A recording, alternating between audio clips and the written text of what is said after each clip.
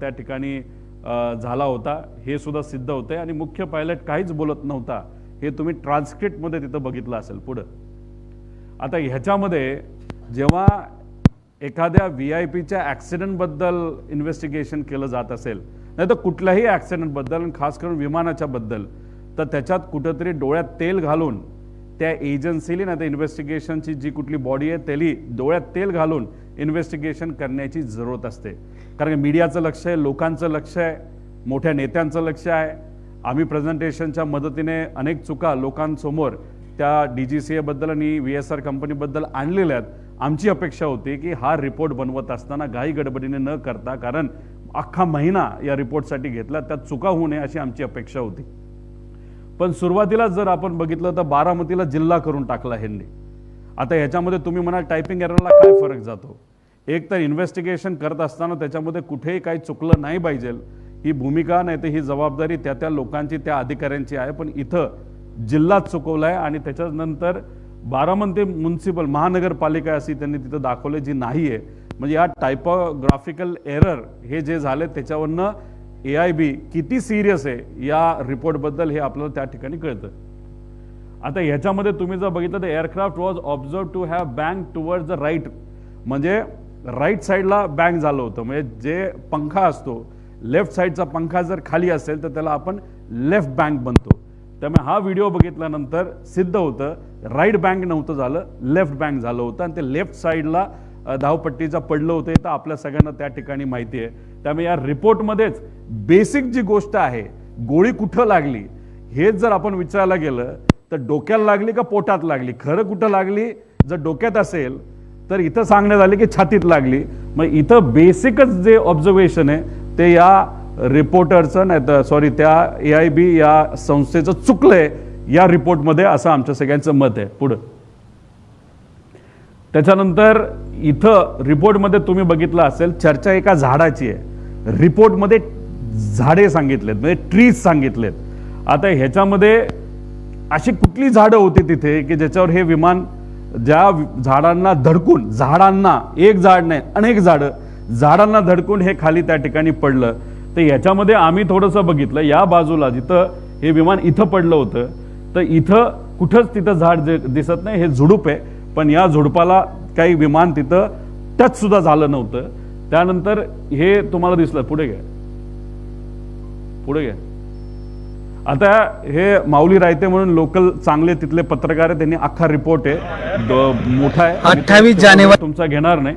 पण याच्यामध्ये आपण जर बघितलं तर हा व्हिडिओ आम्ही काढलाय, तिथे हे झुडपं सोडली पण ही झुडपाची हाईट आणि विमान पडल्याची हाईट ही मॅच त्या ठिकाणी कुठंच होत नाही। त्यामुळे रिपोर्टमध्ये झाडांना धडकलं इथंच या AIBचं चूक त्या ठिकाणी झालेलं आहे। मग रिपोर्ट द्यायचा म्हणून रिपोर्ट दिला का कुठंतरी झाडांवर जबाबदारी ढकलून द्यायची असा कुठंतरी केवळवाना प्रयत्न AIB कडनं झाला असं आपल्याला म्हणावं लागेल। पुढे घ्या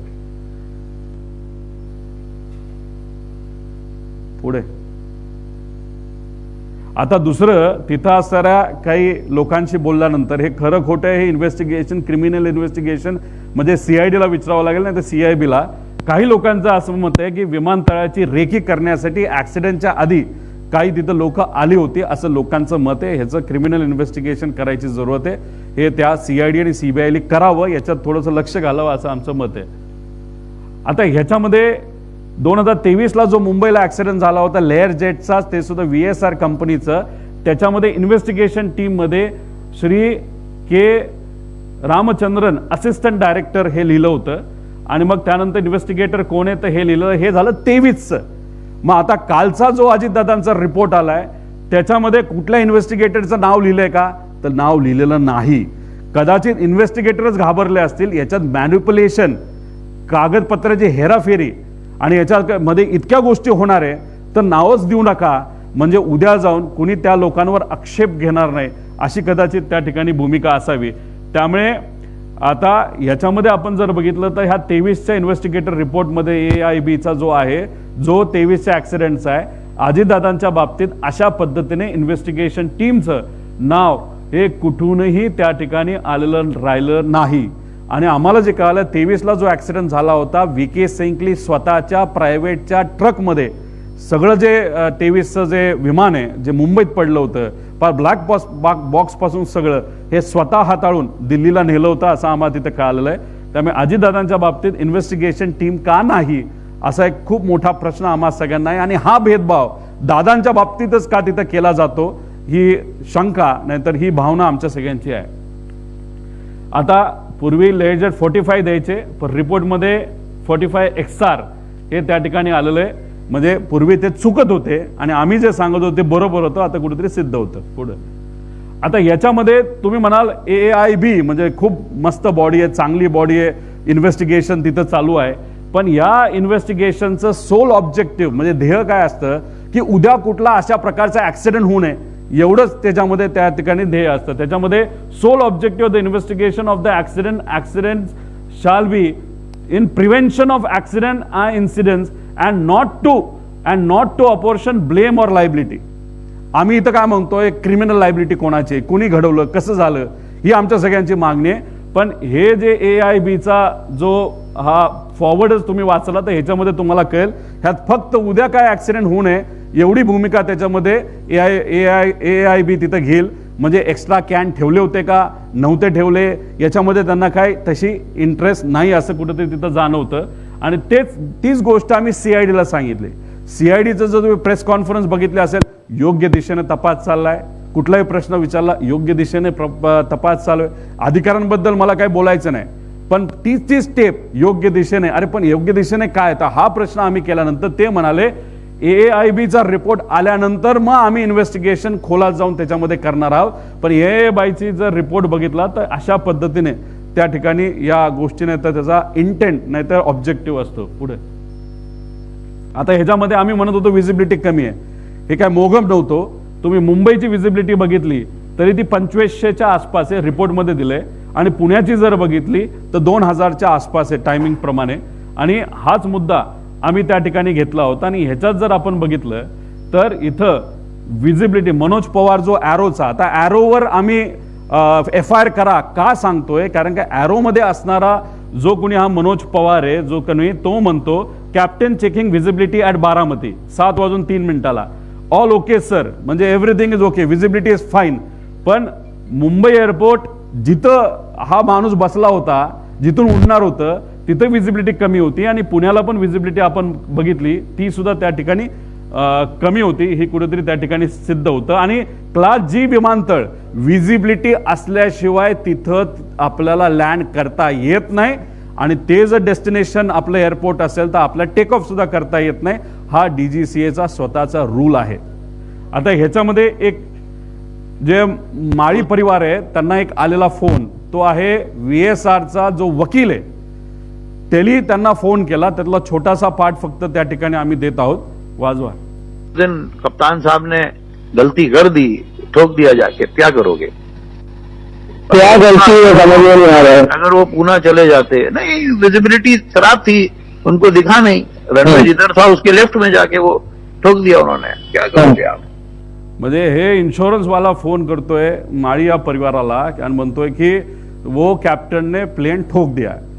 म्हणजे अशा पद्धतीची भाषा त्यांची आहे. आणि याच्या आधी मग ते कॅज्युअली ह्या सगळ्या विषयाला वकील सुद्धा कॅज्युअली घेतोय आणि तो VK सिंग सुद्धा कुठेतरी जो मालक आहे तो कॅज्युअली घेतोय असं आमचं मत आहे.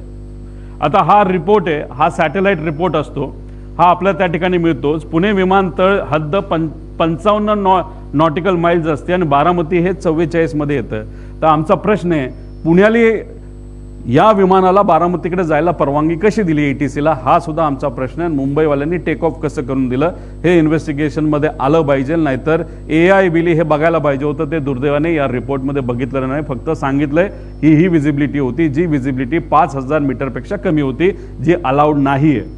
पुढं आता दोन्ही पायलट बारामती विमानतळावर लँडिंग म्हणजे ह्याचा अनुभव होता. दोन्ही पायलट म्हणजे पाठक पायलट पण आणि तो जो कपूर होता या दोघांना या विमानतळाबद्दलची त्या ठिकाणी सगळी माहिती होती की कसं लँड होणार आहे, 29 नंबर कुठला, 11 नंबर कुठला. काही लोक म्हणतात त्यांना काहीच माहीत नव्हतं, पहिल्यांदाच त्या एअरपोर्टवर ते चालले होते. असे नाही, या रिपोर्टमध्ये सांगितलेलं आहे की तिथं त्या ठिकाणी ते अनेक वेळा हे तिथं लँड झालेले आहेत. पुढं आता फ्लाईट रूल्समध्ये आपण जर बघितलं तर जेव्हा श्री YSR रेड्डींचा ॲक्सिडेंट झाला 2009ला त्यावेळी एक कमिटी, त्यागी कमिटी फॉर्म झाली होती. त्या त्यागी कमिटीने सांगितलं होतं की कॅप्टनली कुठल्याही परिस्थितीमध्ये विजिबिलिटी नसेल तर लँड करायचं नाही, VIP ट्रॅव्हल करत असेल तर. आता हे सांगितलंय, हा रूल आहे, नियम आहे, आणि तो नियम त्या ठिकाणी असताना सुद्धा हे विमान लँड करण्यात आलं. हा तो रूल आहे. बरं, जर हा रूल डावलला गेला आणि जर विमान लँड झालं नाही तर लँड करण्याचा प्रयत्न केला तर ह्याला जबाबदार कोण आहे? Civil aviation department of the state government shall ensure compliance of all DGCA requirements and instructions contain in the circular Wien charting aircraft for VIP state government operations. आता मी जे म्हणतोय की ॲरो नावाचा जो ग्रुप आहे, त्या ॲरो नावाच्या ग्रुपमध्ये civil aviation department, state government याचे सर्व अधिकारी त्या ॲरो नावाच्या ग्रुपमध्ये आहे, जिथं अजितदादांचे PA सुद्धा तिथं होते. म्हणून आम्ही म्हणतोय की ॲरो या कंपनीवर सुद्धा FIR तिथं झाला पाहिजे, कारण त्याच्यामध्ये सर्व अधिकारी, ते अधिकारी कोण यांची नावं सुद्धा तुम्ही त्या ठिकाणी पुढे आणा, त्यांची जबाबदारी काय होती ही इथं त्या ठिकाणी होते. म्हणून त्या अनुषंगाने FIR मध्ये त्या अधिकाऱ्यांचं नाव पण घ्या, आणि ॲरो जे विमान देणारी कंपनी आहे, VSR घेणारी कंपनी, त्या कंपनीवर सुद्धा FIR झाला पाहिजे. त्याचं ते कारण आहे. पुढं आता under logging off the aircraft flying hours, ह्याच्यामध्ये बघा 4915 हे 2 ते 2.5 वर्षामध्ये तेवढं त्याचं फ्लाइंग झालं होतं. म्हणजे 23 मार्च 2025 हे आहे 4700. म्हणजे जनरली आपण बघितलं तर एका वर्षामध्ये 2000 तास होतात. आता रिपोर्ट जर बघितला तर त्याच्यामध्ये गल्लत बघा, 25 मध्ये फक्त 250 तास, म्हणजे अख्ख्या वर्षामध्ये त्याच्या आधी 2000 चाललं आणि 250, म्हणजे ह्यालाच आपण म्हणतो की अंडर लॉगिंग हे मोठ्या प्रमाणात त्या ठिकाणी होत होतं. आणि 5000 जर त्याची लाईफ होती विमानाच्या इंजिनची, तर 8000 तासाहून अधिक ते तिथं त्या इंजिनचा त्याच्यामध्ये वापर झाला होता. आणि त्यामुळेच खराब विमान हे अजितदादांना मुद्दामून दिलं का चुकून दिलं गेलं, असा आमचा प्रश्न आहे. ह्याला जर मार्ग काढायचा असेल तर हनीवेल नावाची इंजिनची कंपनी, त्याला आपल्याला पत्र लिहावं लागेल आणि त्यांच्याकडनं ही माहिती घ्यावी लागेल.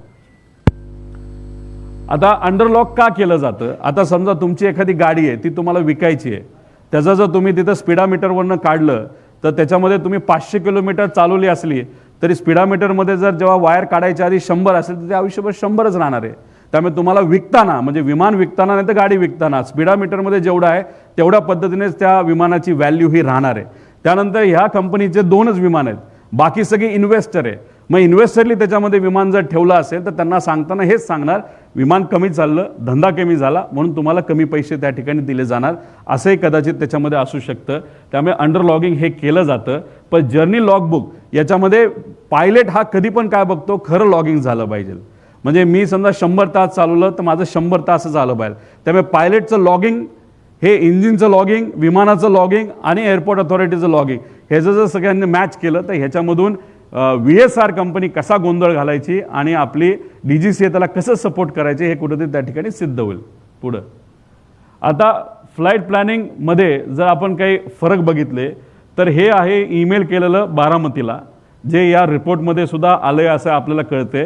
आणि एका ग्रुपमधून हे आम्ही काढलेलं आहे, ज्याच्यामध्ये शमशाबादला हे विमान तिथं जाणार होतं. पण बारामतीला जे ईमेल केलं होतं त्याच्यामध्ये फ्लाईट प्लॅन जर बघितला तर मुंबई बारामती मुंबई आहे, ह्याच्यामध्ये शमशाबाद कुठंच नाही. म्हणजे बारामती ATCला कुठंच तिथं ईमेलच्या मदतीने रिपोर्ट केलं नव्हतं की हा शमशाबादला जाणार आहे का नाही जाणार. आणि मग याच्यावरनं आपण जर बघितलं, वेळ काळ जर त्या ठिकाणी बघितले तर याच्यामध्ये खूप मोठ्या प्रमाणात कुठं ना कुठंतरी तिथं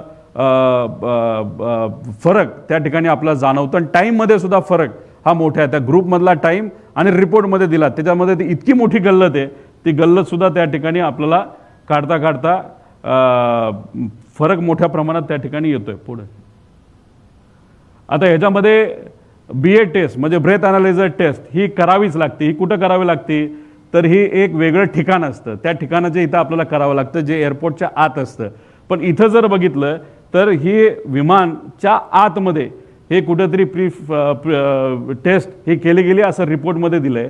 आणि म्हणजे रिपोर्टमध्ये दिलं आहे की हे विमानाच्या आत टेस्ट झाली, पण त्यासाठी एक वेगळं ठिकाण असतं, हे जास्त महत्त्वाचं असतं. पुढं आता फ्युल संदर्भात AAIBच्या रिपोर्ट अनुसार सकाळी 5:30 वाजता विमान 2900 LB इंधन होते. म्हणजे ह्याच्यामध्ये एवढंच सांगण्याचा प्रयत्न त्या ठिकाणी आहे की याच्यामध्ये एक्स्ट्रा फ्युल हे भरण्यात आलं होतं. जर मुंबई बारामती मुंबईचा प्रवास असेल आणि सकाळी इंधन भरलं असेल तर एवढं मोठ्या प्रमाणात इंधन का भरलं गेलं, आणि पुढे ते हैदराबादलाच जाणार होतं, तिथे सुद्धा इंधन आपल्याला भरता आलं असतं. पण 90 ते 95% इंधन हे विमानाच्या पंखामध्ये होतं, ते मुद्दामून भरलं का असा आमचा प्रश्न आहे. आता हे मिसमॅच ऑफ द टायमिंग आहे. म्हणजे याचा रिपोर्टनुसार विदीप जाधव 7:38 पोहोचले विमानतळावर. पण हा जो ग्रुप ॲरोचा जो अजितदादांचे पीए सुद्धा याच्यामध्ये आहेत, याच्यामध्ये आपण जर बघितलं तर विदीप जाधव रीच ॲट 7:17 म्हणजे 17 मिनिटं आणि इथं 38 मिनिटं. ह्याचा जर फरक आपण काढला तर 20-21 मिनिटाचा फरक आहे. 2-3 मिनिटं इकडे तिकडे ठीक आहे. पण त्यानंतर मनोज पवारचा विदीप जाधवचं झालं. रिपोर्ट अनुसार दादा 7:59 विमानात बसले होते. पण इथं जर बघितलं तर 7:54 म्हणजे आम्हाला एवढं सांगायचं होतं की याच्यामध्ये जो हा तफावत आहे हा आकड्यामध्ये खूप मोठ्या प्रमाणात, वेळेमध्ये खूप मोठ्या प्रमाणात आहे. मग वेळ कुठून घेतली, कशी घेतली हे सुद्धा त्या ठिकाणी आपल्याला सांगावं लागेल. आणि नसेल तर मग कुठंतरी हा जो हँडलर आहे ज्याच्यावर अजितदादांचे पीए अवलंबून होते, अधिकारी अवलंबून होते, हा हँडलर चुकीची माहिती हे मुद्दामून देतोय का चुकून देतोय हे कुठेतरी आता आपल्याला त्या रिपोर्टमध्ये येणं महत्त्वाचं आहे. पुढे घ्या. आता याच्यामध्ये ब्लॅक बॉक्स हे जास्त इंटरेस्टिंग आहे. आमची अपेक्षा होती की या रिपोर्टमध्ये ब्लॅक बॉक्सचा फोटो हा यायला पाहिजे होता. सहसा ब्लॅक बॉक्सचा फोटो देणं हे फार महत्त्वाचं असतं. आणि ह्या जो अपडेट ऑन इन्व्हेस्टिगेशन जे आलं होतं हे कधी आलं होतं, PIBचं 19 फेब्रुवारीला, आणि कालचं रिपोर्ट आलं. या दोघांमध्ये असं सांगण्यात आलेलं आहे की FDR आणि CVR वर subjected to thermal damage as both the recorders were expose to high temperature. आता हे दोन्ही रिपोर्टमध्ये आलेलं आहे. पुढे घ्या. आता हा आहे अहमदाबादच्या क्रॅशचा ब्लॅक बॉक्स. हे फोटो जर तुम्ही बघितले, हा स्फोट किती मोठा झाला होता हे तुम्हाला सगळ्यांना त्याच्यामध्ये माहिती आहे. अक्षरशः एकच जण त्याच्यामध्ये वाचला, तो सुद्धा साईडला पडला म्हणून. आता ह्याच्यामध्ये हे ब्लॅक बॉक्सची परिस्थिती आहे आणि ह्याच्यातून डेटा निघाला तर 100% डेटा निघालेला आहे. फक्त तो DGCL पूर्णपणे त्या पालकांना नाही तर नातेवाईकांना दिलेला नाही, नाही तर तो अजून बाहेर आणला नाही. त्याला पण फार मोठी कॉन्ट्रोवर्सी आहे असं आमचं मत आहे, पण ते नंतर विषय घेऊ. तर हा ब्लॅक बॉक्स आहे एअरबसचा ड्रीमलायनर. पुढं आता हा आहे लेअरजेट 55 म्हणजे हे पुढचं मॉडेल आहे. कुठं पडलं होतं तर US मध्ये फिलाडेल्फियामध्ये पडलं होतं. ह्याचा व्हिडिओ आहे. इथं जर तुम्ही बघितला माणसाच्या माले विमान पडतंय, पडलं, स्फोट झाला आणि त्याच्यातला हा ब्लॅक बॉक्स आहे. आणि या ब्लॅक बॉक्सची सगळी माहिती ही तिथं काढण्यात आलेली, रिकवर करण्यात आली. पुढं आता ह्याच्यामध्ये तेजस प्लेन क्रॅश ही दुर्दैवी घटना दुबईला झाली होती. आपलं एअरफोर्सचं विमान हे पडलं होतं, फार मोठा घात झाला होता. आपला जो पायलट होता शहीद झाले. आता ह्याच्यामध्ये जर बघितलं तर ह्युमन कॉज वगैरे दिलं आहे, पण हा सगळा डेटा दुबईला प्रोटेक्टेड आहेत, काही अडचण नाही असं सांगण्यात आलेलं आहे. एवढा मोठा आणि ते सुद्धा सुपर जेटचा क्रॅश होऊन सुद्धा. पुढं आता हे मी सगळं तुम्हाला माहिती सांगितलेलं, यात काय मी खोलात जाणार नाही. किती टेम्परेचर, कसं काय, हे सगळं मेल्टिंग पॉईंट वगैरे तुम्हाला सांगितलं. पुढे आता ह्याच्यामध्ये तुम्हाला मगाशी एक सांगितलं होतं 2023ला एक असिस्टंट जे डिरेक्टर होते त्यांचं नाव होतं रामचंद्र. तर ह्यांनीच अजितदादांच्या ब्लॅक बॉक्सच्या वरती सही केली आणि तिथं असं पोलीस स्टेशन ब्लॅक बॉक्स सुरक्षित असल्याची नोंद ही बारामतीला तिथं झाली. आणि सही कोणाची असेल तर हे रामचंद्रनची सही आहे. याच्यात त्यावेळेस 2023ला ते असिस्टंट डायरेक्टर होते. तो तपास पुढे कुठंच गेला नाही, पण आता हे असिस्टंट डायरेक्टरचे हे आता डेप्युटी डायरेक्टर झालेले आहेत रामचंद्रन, आणि त्यांची ती सही आहे. म्हणजे तिथे ते लिहिलं हे जरा आम्ही फुल मोठं केलेलं आहे. पुढे घ्या. हा आहे अजितदादांचा ब्लॅक बॉक्स. हे आहे FDR आणि हा आहे CVR. आता ह्याच्यामध्ये तुम्ही जर बघितलं असेल तर इथं काही लोकांचे हे उचलताना बोटं लागलीत, म्हणून ह्याच्यावरची जी काही राख आहे ती तिथं स्वच्छ झालेली तुम्ही तिथं बघू शकता.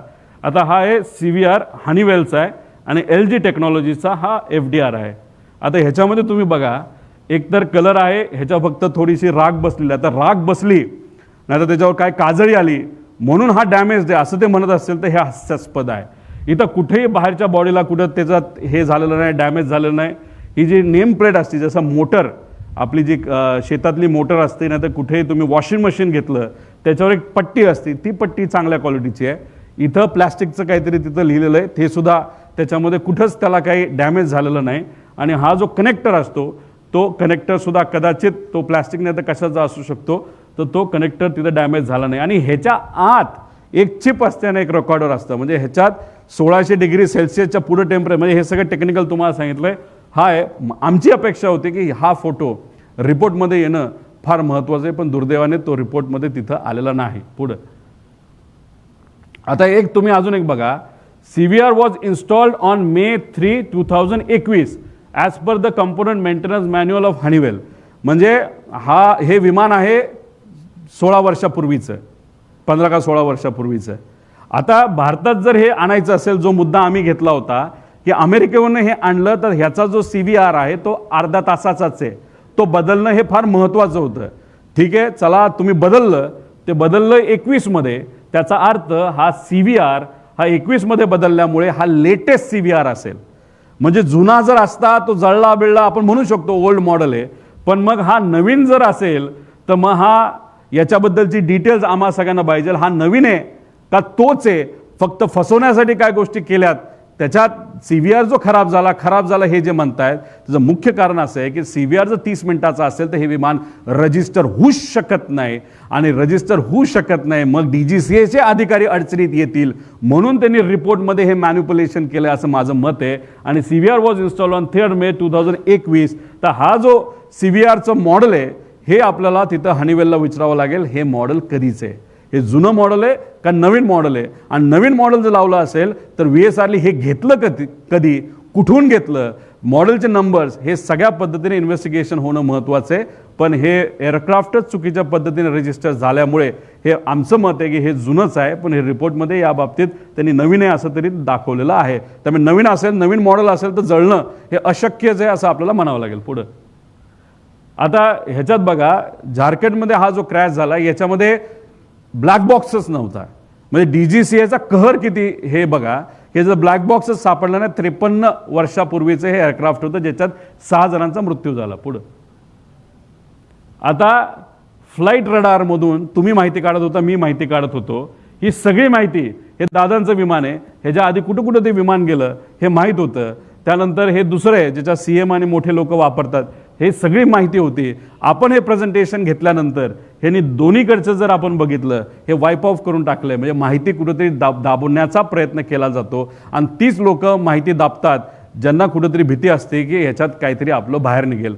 म्हणून ही दोन्ही माहिती जर आपण बघितलं, त्यांनी अख्खं रेकॉर्ड हे तिथं डिलीट केलंय असं आपल्याला म्हणावं लागेल. पुढं हा व्हिडिओ जय पवार माझे बंधू ह्यांनी तो टाकलेला व्हिडिओ आहे.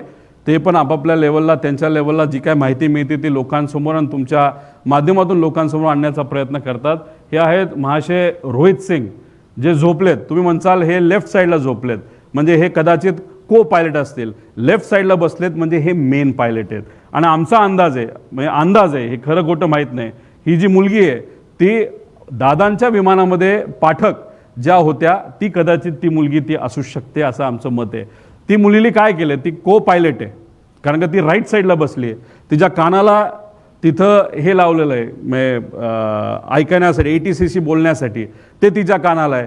तीच एंट्री करते, तीच विमान चालवते. आणि हे महाशय मात्र तिथं सिव्हिल ड्रेसमध्ये, हे सिव्हिलचे कपडे आहेत. आता सिव्हिल ड्रेसमध्ये बसले, काही लोक म्हणतील 15 मिनटं झोपला असेल, बॅग घेऊन बसलेले आहेत. आता ह्याच्यात कदाचित ते उद्या जाऊन प्रेस कॉन्फरन्स घेतील, काहीतरी सांगतील, ते सांगतील तेव्हा अजून माझ्याकडे एक्स्ट्रा माहिती, ती माहिती मी नंतर तिथं सांगेल. ही प्रवृत्ती त्यांची होती. आणि ह्याच्यात अजून एक गोष्ट घडलेली आहे की रोहित सिंग आणि ह्या सगळ्या मालकांना अशी सवय असायची की तिथं एका पत्रकारांनी हा रिपोर्ट तिथं टाकला होता, नंतर बरंच मोठं काय झाला त्याच्यामध्ये विषय आणि तो दाबला गेला. त्याच्यामध्ये एका पॅसेंजरलाच को पायलट म्हणून दाखवलं, कपडे घालून बसवले आणि मग ते एक फार मोठी केस झाली होती. तो वेगळा विषय. म्हणजे मला काय सांगायचं आहे, VSR आणि तुमचं DGCA हे मिलीभगत असल्यामुळे आमची भीती अशी आहे, हे दोघं एकत्र मित्र असल्यामुळे, खास हे सगळे एकत्रित असल्यामुळे कागदपत्र हे मॅन्युप्युलेट करू शकतील असं आमचं मत आहे. पुढं आता हा विषय तुम्ही समजून घ्या. हे विमान आहे ज्याला एकनाथ शिंदे साहेब स्वतः डावलले गेले होते. हे विमान म्हणजे 16 ते 20 जानेवारी दरम्यान 23ला हे दावोसला विमान गेलं होतं. कुठलंही विमान VIP ला घेऊन जात असेल, नाहीतर तुम्ही स्वतः जात असाल तर फ्लाईट प्लॅन द्यावा लागतो. फ्लाईट प्लॅन जात असेल, समजा आपण पुण्यावरनं समजा दिल्लीला चाललोय, राजस्थानच्या एअरपोर्टला सांगावं लागतं, ETCला सगळ्याला सांगत क्लिअरन्स घेत पुढे जावं लागतं की दुसरं विमान आहे का. आणि जर इंटरनॅशनल प्रवास असेल तर मग तिथे आपल्याला बघावं लागतं की दुसऱ्या देशांची परवानगी आहे का. आणि बिना परवानगी जर विमान त्या देशामध्ये गेलं तर ते विमान पाडलंही जाऊ शकतं. आणि तसंच काहीतरी हे एकनाथ शिंदे साहेबांच्या बाबतीत घडलं अशी माहिती आमच्या आहे.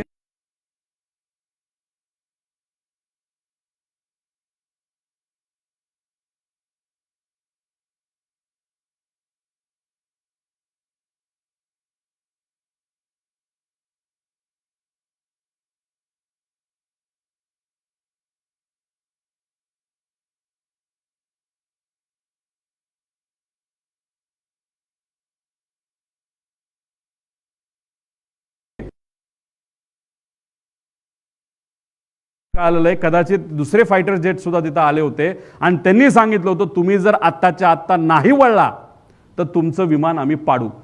हे इराणच्या एअर डिफेन्सली त्या ठिकाणी सांगितलं होतं. त्याच्यात कोण बसलं होतं? एकनाथ शिंदे साहेब बसले होते. मग इराणवरनं ते इराकच्या साईडला गेलं, इराकली सुद्धा हेच केलं.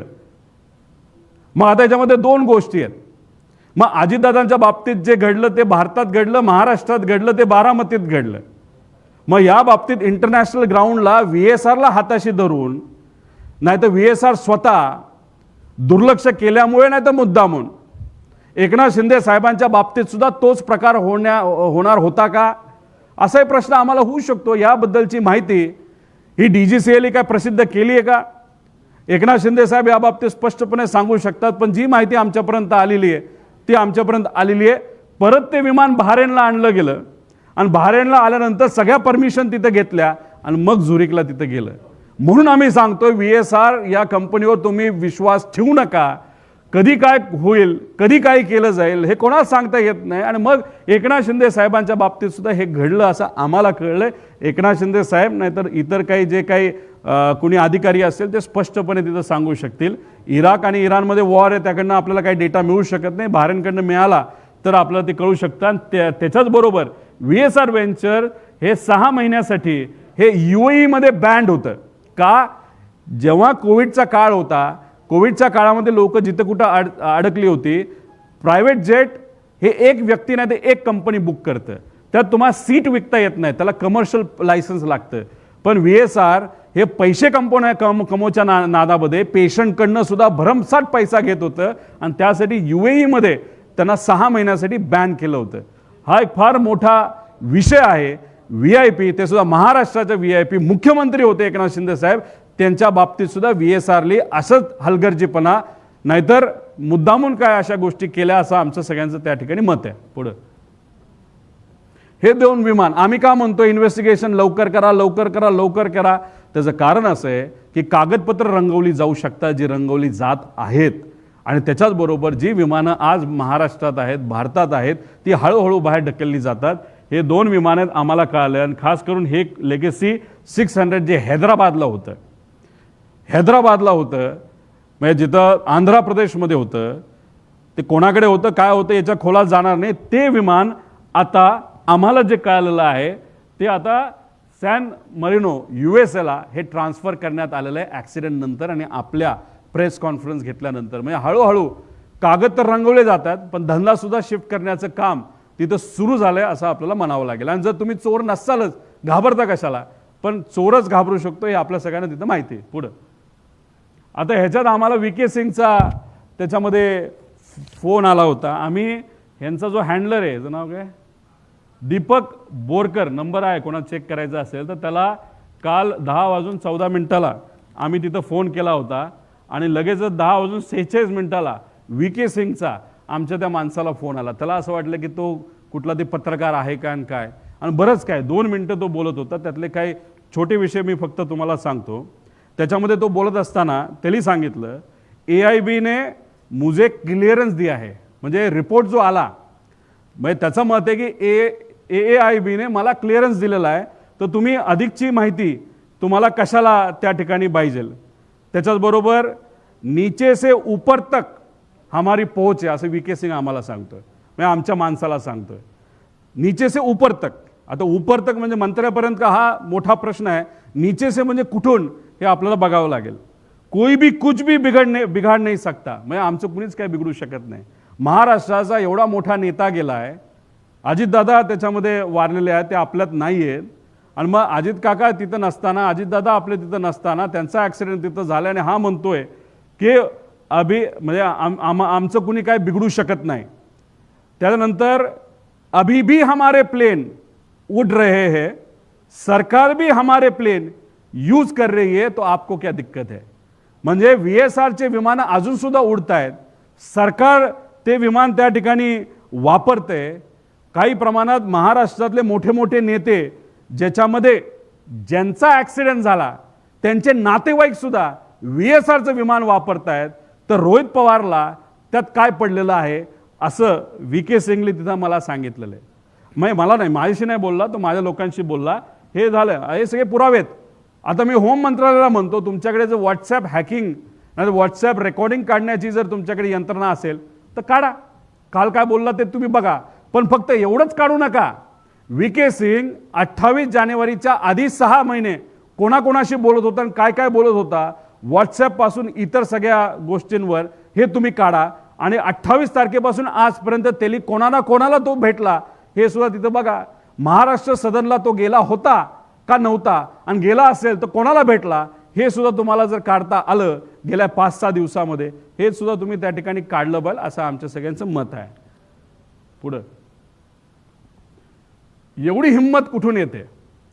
आता VSR म्हणजे मालक VK सिंग आमच्या लोकांशी असं जर बोलत असेल, महाराष्ट्राचा एवढा मोठा नेता जाऊन सुद्धा अहंकार दाखवत असेल, एवढी हिंमत येते कुठून.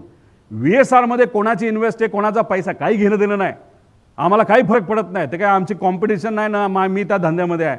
ते डुबलं तरी चालेल, चाललं तरी चालेल. विषय एवढाच आहे की दादांचा अपघात ज्या विमानात झाला ते VSRच्या मालकीचं होतं, आणि मग आम्ही FIR करा एवढं सांगतोय तरी FIR आमचा घेतला जात नाही. आम्ही पार सगळे पुरावे देऊन सुद्धा आमची अपेक्षा होती AIB कडनं चांगला तपास होईल, तो त्याच्यामध्ये घेतलाय, दखल कुणीच घेत नाही.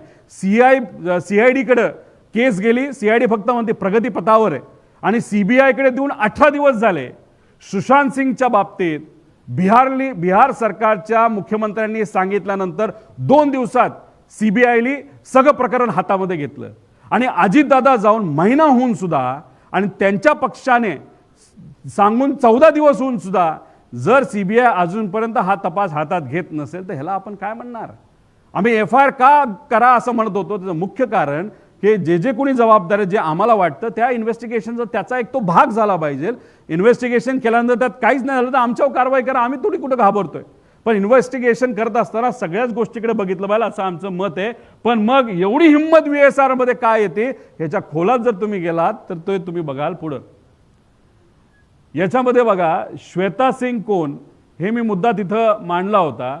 आता यांची 10 वर्षाची टर्म ही संपली होती. एक तर त्या पदावर आहेत ती संपून सुद्धा 5 वर्षाचं त्यांना एक्सटेन्शन मिळालं. त्यासाठी खास बाब म्हणून तिथं एक वेगळा GR हा DGCA तिथं काढला आणि त्यांना तिथं मदत केली. आणि त्यांच्याबद्दल अनेक जे एअर इंडियाचे वगैरे जे काही हे आहेत पायलट आहेत, खास करून अहमदाबादमध्ये जो ॲक्सिडेंट झाला त्यांच्यावर अनेक लोकांनी आक्षेप घेतलेत, पण मी नंतर त्या बाबतीत त्या ठिकाणी सांगेल. मनीष कुमार हे आम्हाला आलेली माहिती आहे, ही खरी खोटी आपल्याला बघावं लागेल. मनीष कुमार जे आहेत ते जॉईंट डिरेक्टर DGCA आहेत. यांचं घर हे VK सिंगने बांधून दिलं असं आम्हाला कळालेलं आहे. पगार किती असतो DGCAच्या अधिकाऱ्यांचा हात काय सिद्ध आहे. मग एवढं मोठं घर बांधलं असेल तर ते बांधलं कसं. अपॉर्च्युनेट रेशो जर आपण त्याच्यामध्ये बघितला असेटचा, याच्यावरनं काय गोष्टी आपल्याला कळणार आहे हे आम्हाला माहिती कळली आहे. मग अशा पद्धतीने जर DGCAच VSR बरोबर असेल आणि DGCAचेच अधिकारी VSRला वाचवत असतील, म्हणजे VSR पण जबाबदार आणि DGCA पण जबाबदार, म्हणून दोघांवर कारवाई व्हावी अशी भूमिका आमची त्याच्यामध्ये FIR मध्ये होती. पुढं आता हे बघा, हे दुसरं सुरुवातीला गेल्या काही दिवसांपूर्वी एक वेगळी लिंक मी दाखवली होती, वेगळी लिंक तुम्हाला दाखवतो. आणि ह्याच्या पुढे जाऊन सुद्धा अनेक लिंक आहेत, पण मला अजून खोलात जायचं नाही. त्यामुळे जे कोणी जर दबाव आणत असतील त्यांना एवढीच विनंती आहे, आमचं काही तुमच्या इन्व्हेस्टमेंटची घेणं देणं नाही. तुमचा पैसा हा लेजिटिमेट आहे का तुम्ही हवाला कंपनीतून आणला ह्याचंही आम्हाला काही घेणं देणं नाही. आम्हाला फक्त एका गोष्टीचं घेणं देणं आहे की महाराष्ट्राचा मोठा नेता या अपघातात दुर्दैवी मृत्युमुखी त्या ठिकाणी पडलेला आहे, त्यांना न्याय मिळणं हे आमच्या सर्वांसाठी महत्त्वाचं आहे आणि इन्व्हेस्टिगेशन योग्य पद्धतीने होणं हे महत्त्वाचं आहे. आणि याच्यात जर बघितलं VK सिंग, सिमी सिंग हे शेअर होल्डर आहेत, पण विस्ता सेल्समध्ये प्रेफरन्स शेअर्स कोणाचे, या VSR व्हेंचरमध्ये प्रेफरन्स शेअर 90 लाख शेअर्स कोणाचे आहेत तर विस्ता सेलचे आहेत. आता विस्ता सेलमध्ये 2 प्रमुख कंपन्या अंबुजा विनकॉम आणि लंबोदर वाणिज्य या दोन्ही विस्ता सेलच्या 96% विस्ता सेलमध्ये या 2 कंपन्याचं त्याच्यामध्ये इन्व्हेस्टमेंट आहे. आता ह्याच्यात जर आपण खोलात गेलो तर ह्याच्यामध्ये 8 नावं अशी आहेत जी कॉमन निघतात. 8 नावं ह्याच्यामध्ये तुम्ही खाली बघितलं असेल विस्ता सेल्सच्या 27 वेगवेगळ्या कंपन्या आहेत, त्याच्याबद्दल मी नंतर सांगेल. याच्यामध्ये 8 नावं कॉमन निघतात. ह्याच्यात महेंद्र कुमार गोयंका या नावावर तुम्ही थोडंसं लक्ष द्या. महेंद्र कुमार गोयंका हे या कंपन्यांमध्ये डिरेक्टर आहेत. म्हणजे याच्यामध्ये आतिशा कन्स्ट्रक्शन प्रायव्हेट लिमिटेड आणि सायना स्टील्स प्रायव्हेट लिमिटेड. आता या कंपनीमध्ये जर अजून खोलामध्ये आपण गेलो तर संजय पाठक नावाची एक व्यक्ती जे मध्य प्रदेशचे भाजपचे एक आमदार आहेत, अतिशय श्रीमंत आमदार आहेत. तुम्ही बघा ते डिटेल्स काढा, ह्यांचं एक रिलेशन दिसतं. आणि ह्यांच्या ज्या कंपन्या आहेत ह्या कंपन्या जर आपण खोलात जाऊन बघितलं तर ह्याच्यामध्ये या संजय पाठकचे मुलगा हा डायरेक्टर म्हणून आहे. आता ह्याच्यात तुम्ही पुढे घ्या. आता ह्याच्यामध्ये हे आहेत संजय पाठक, ह्यांच्याबद्दलच्या बातम्या तुम्ही ऐका.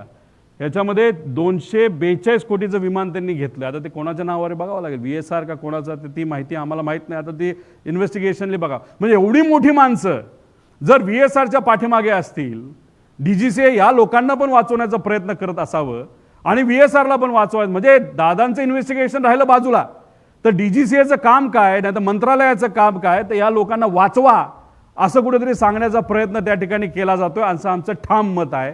आणि हे कुठेतरी त्या ठिकाणी सिद्ध होतं.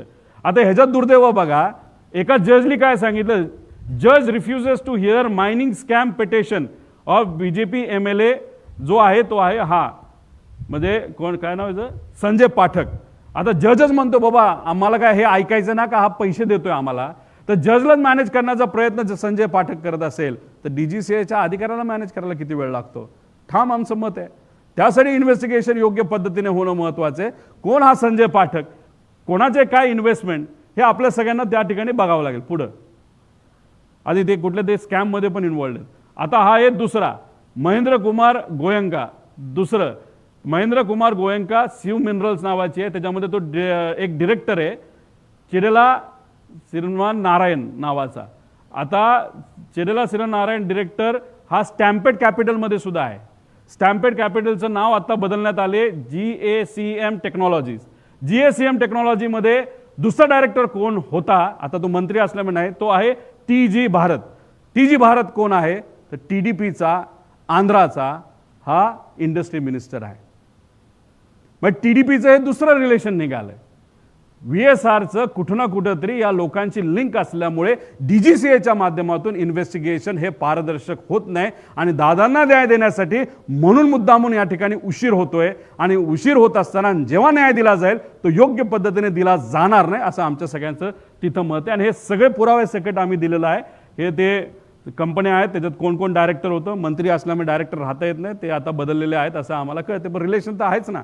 पुढं आता हे सूर्यवंशी आहेत नाशिकचे फार मोठे इंडस्ट्रियलिस्ट आहेत. महाराष्ट्रात सुद्धा त्यांचा व्यवसाय, मध्य प्रदेशमध्ये फार मोठ्या भाजपच्या नेत्यांबरोबर त्यांचं आर्थिक संबंध आहे असं त्या ठिकाणी बोललं जातं.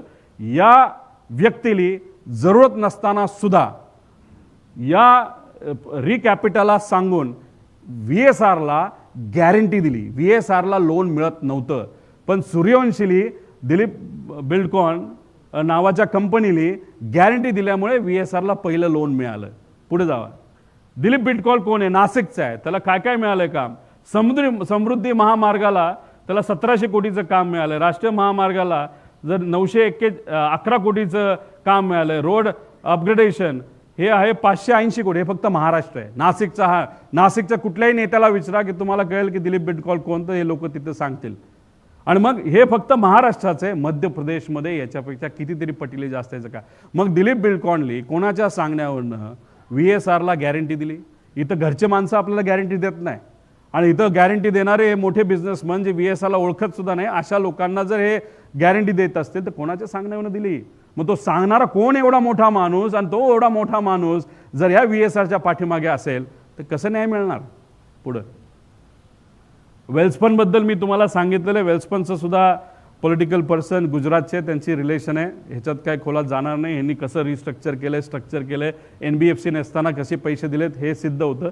100 कोटीपेक्षा जास्त पैसा दिला आहे पुढं. आता हे मी तुम्हाला सांगितलं NBFC जे आंध्राची आहे, ह्याचे रिलेशन तुम्हाला माहिती आहे. TDP बरोबर कसं रिलेशन आहे हे मी आधीच सांगितल्यामुळे मी ह्याच्या खोलात तिथं जात नाही. आता हे अग्रीमेंट आहे. आता पण ह्याच्यामध्ये अजून एक गोष्ट तुम्ही पुढे जाऊन बघाल की जे एव्हिएशन मंत्री आहेत ते का ॲक्शन घेत नसतील, नाही तर घेऊ शकत नसतील, ह्याचं एक कारण सांगितलं जे हे आहे. दुसरं कारण मी सांगितलं जे आहे आंध्राचे इंडस्ट्री मिनिस्टर. आता तिसरं कारण काही प्रमाणात तुम्हाला सांगतो, यात इन्व्हेस्टिगेशन करण्याची जरूरत आहे, ते आहे पुढं. हां, आता हे बघा, याच्यामध्ये कौर वैश्य बँक ही एक मेन बँक आहे जी TDPच्या प्रमुख नेत्यांच्या प्रायव्हेट कंपनीला फंडिंग करते. ज्याच्यामध्ये जी NBFC आहे त्यालासुद्धा या बँकेचं फंडिंग आहे आणि त्यांची एक दुसरी कंपनी त्यालासुद्धा फंडिंग आहे. ठीक आहे, फंडिंग कुणी करू शकतं, बँकेचं काही अडचण नाही. मग हे जे जुबली हिल्समध्ये एक जागा आहे, जुबली हिल्समध्ये कोण राहतं हे तुम्हाला तिथं माहिती आहे.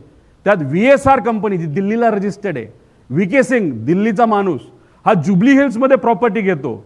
तो किती रुपयाची प्रॉपर्टी घेतो, त्याची खरी किंमत आहे 30 कोटी, पण प्रॉपर्टी VSR घेते कितीला, 47 कोटी, म्हणजे 17 कोटी अधिक.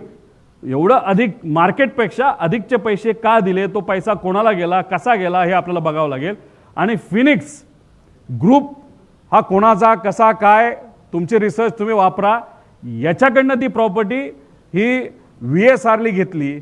आणि योगायोग बघा, आता योगायोग बघा, एक ते NBFCली म्हणजे अजितदादांचा ॲक्सिडेंट इन्व्हेस्टिगेट करायला कुठली एजन्सी, AIB कोणाच्या अंतर्गत येते, DGCA कोणाच्या अंतर्गत येतं तर एव्हिएशन मंत्रालय. एव्हिएशन मंत्रालय कोणाच्या अंतर्गत येतं, TDPचे मंत्री जे भाजपबरोबर एकत्रित या देशाच्या सत्तेमध्ये तिथं आहेत. TDPचं आणि VK सिंग म्हणजे VSRचं कसं नातं आहे NBFCचं हे आम्ही तुम्हाला सगळ्यांना दाखवून दिलं. TDPचा एक इंडस्ट्रियल मंत्र्याचं पण अप्रत्यक्षपणे कसं नातं आहे हे काही प्रमाणात आम्ही तिथं दाखवून दिलं. आणि हे दाखवून देत असताना तिसरा योगायोग म्हणजे हा जमिनीचा योगायोग.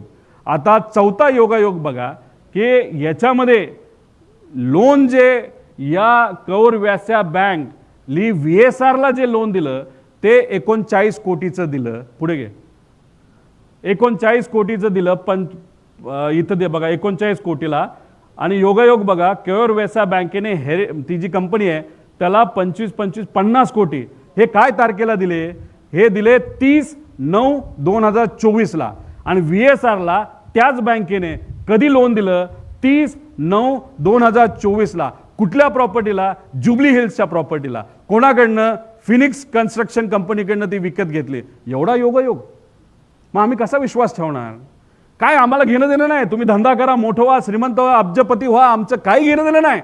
पण मग एवढं तुम्ही VSRच्या अवतीभोवती तुमचे सगळे संबंध असतील व्यक्तिगत आणि व्यावहारिक, तर दादांना न्याय कसा मिळणार हा प्रश्न आम्ही का नाही करू शकत, का नाही करू शकत. आम्ही FIR करत असताना आम्ही या एव्हिएशन मंत्रालय नाही तर मंत्र्यावर पण FIR करा आम्ही बोललो असतो, पण नाही केलं. आम्हाला राजकारण नाही करायचं.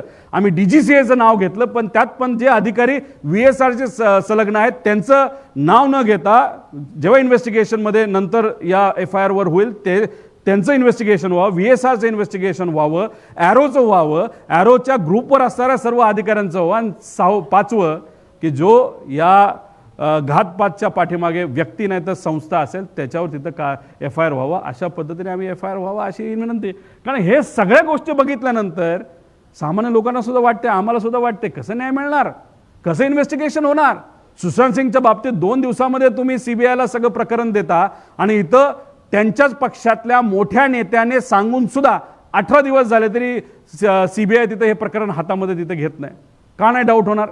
का आम्हाला शंका येणार नाही की फक्त टाइमपास त्या ठिकाणी केला जातोय? परत पुढं आता दादांचं विमान कुठल्या ग्रुपच्या नावावर होतं तर हॅवेल ग्रुपच्या नावावर होतं असं आम्हाला कळालं. हे इन्व्हेस्टिगेशन करण्याची तिथं जरूरत आहे.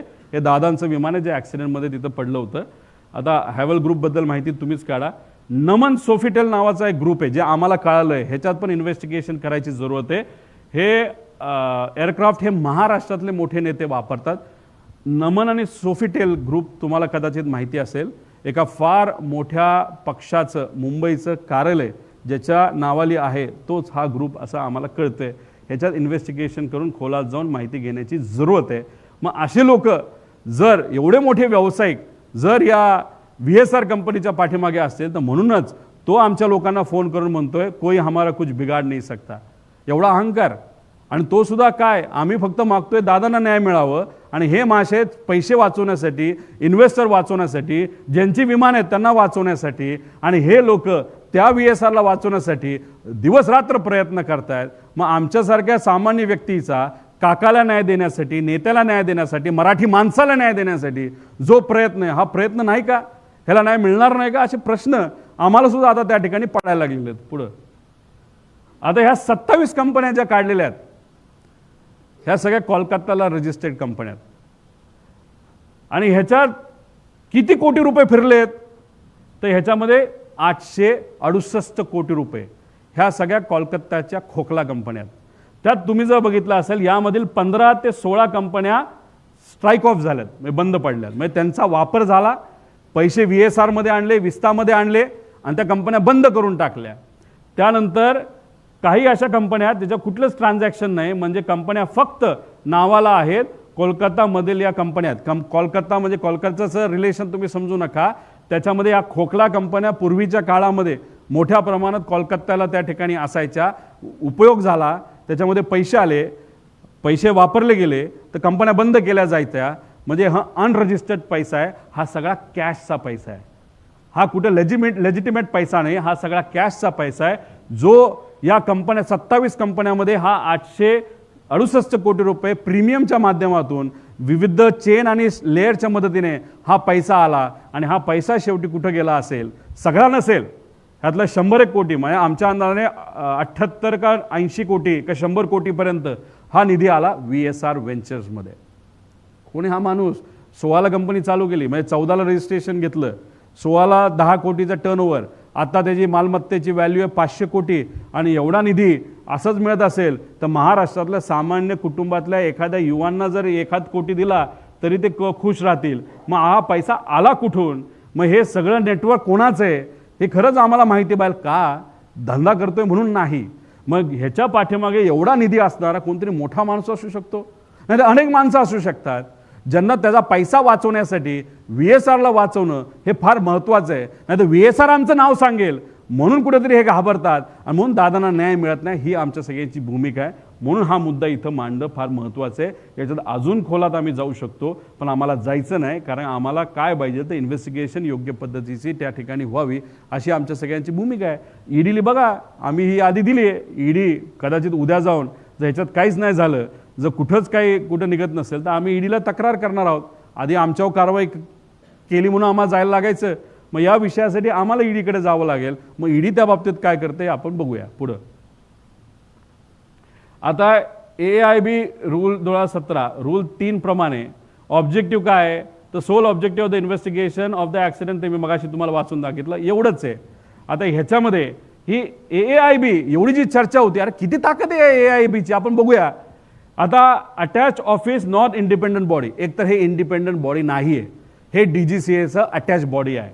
Not establish by any act of parliament, पार्लमेंटचं काही घेणं नाही, कुठल्याही पार्लमेंटली ह्याला काय ॲक्ट करून नाही. DGCAचा हा निर्णय, ती इन्व्हेस्टिगेशन बॉडी त्यांनी तिथं सुरू केली.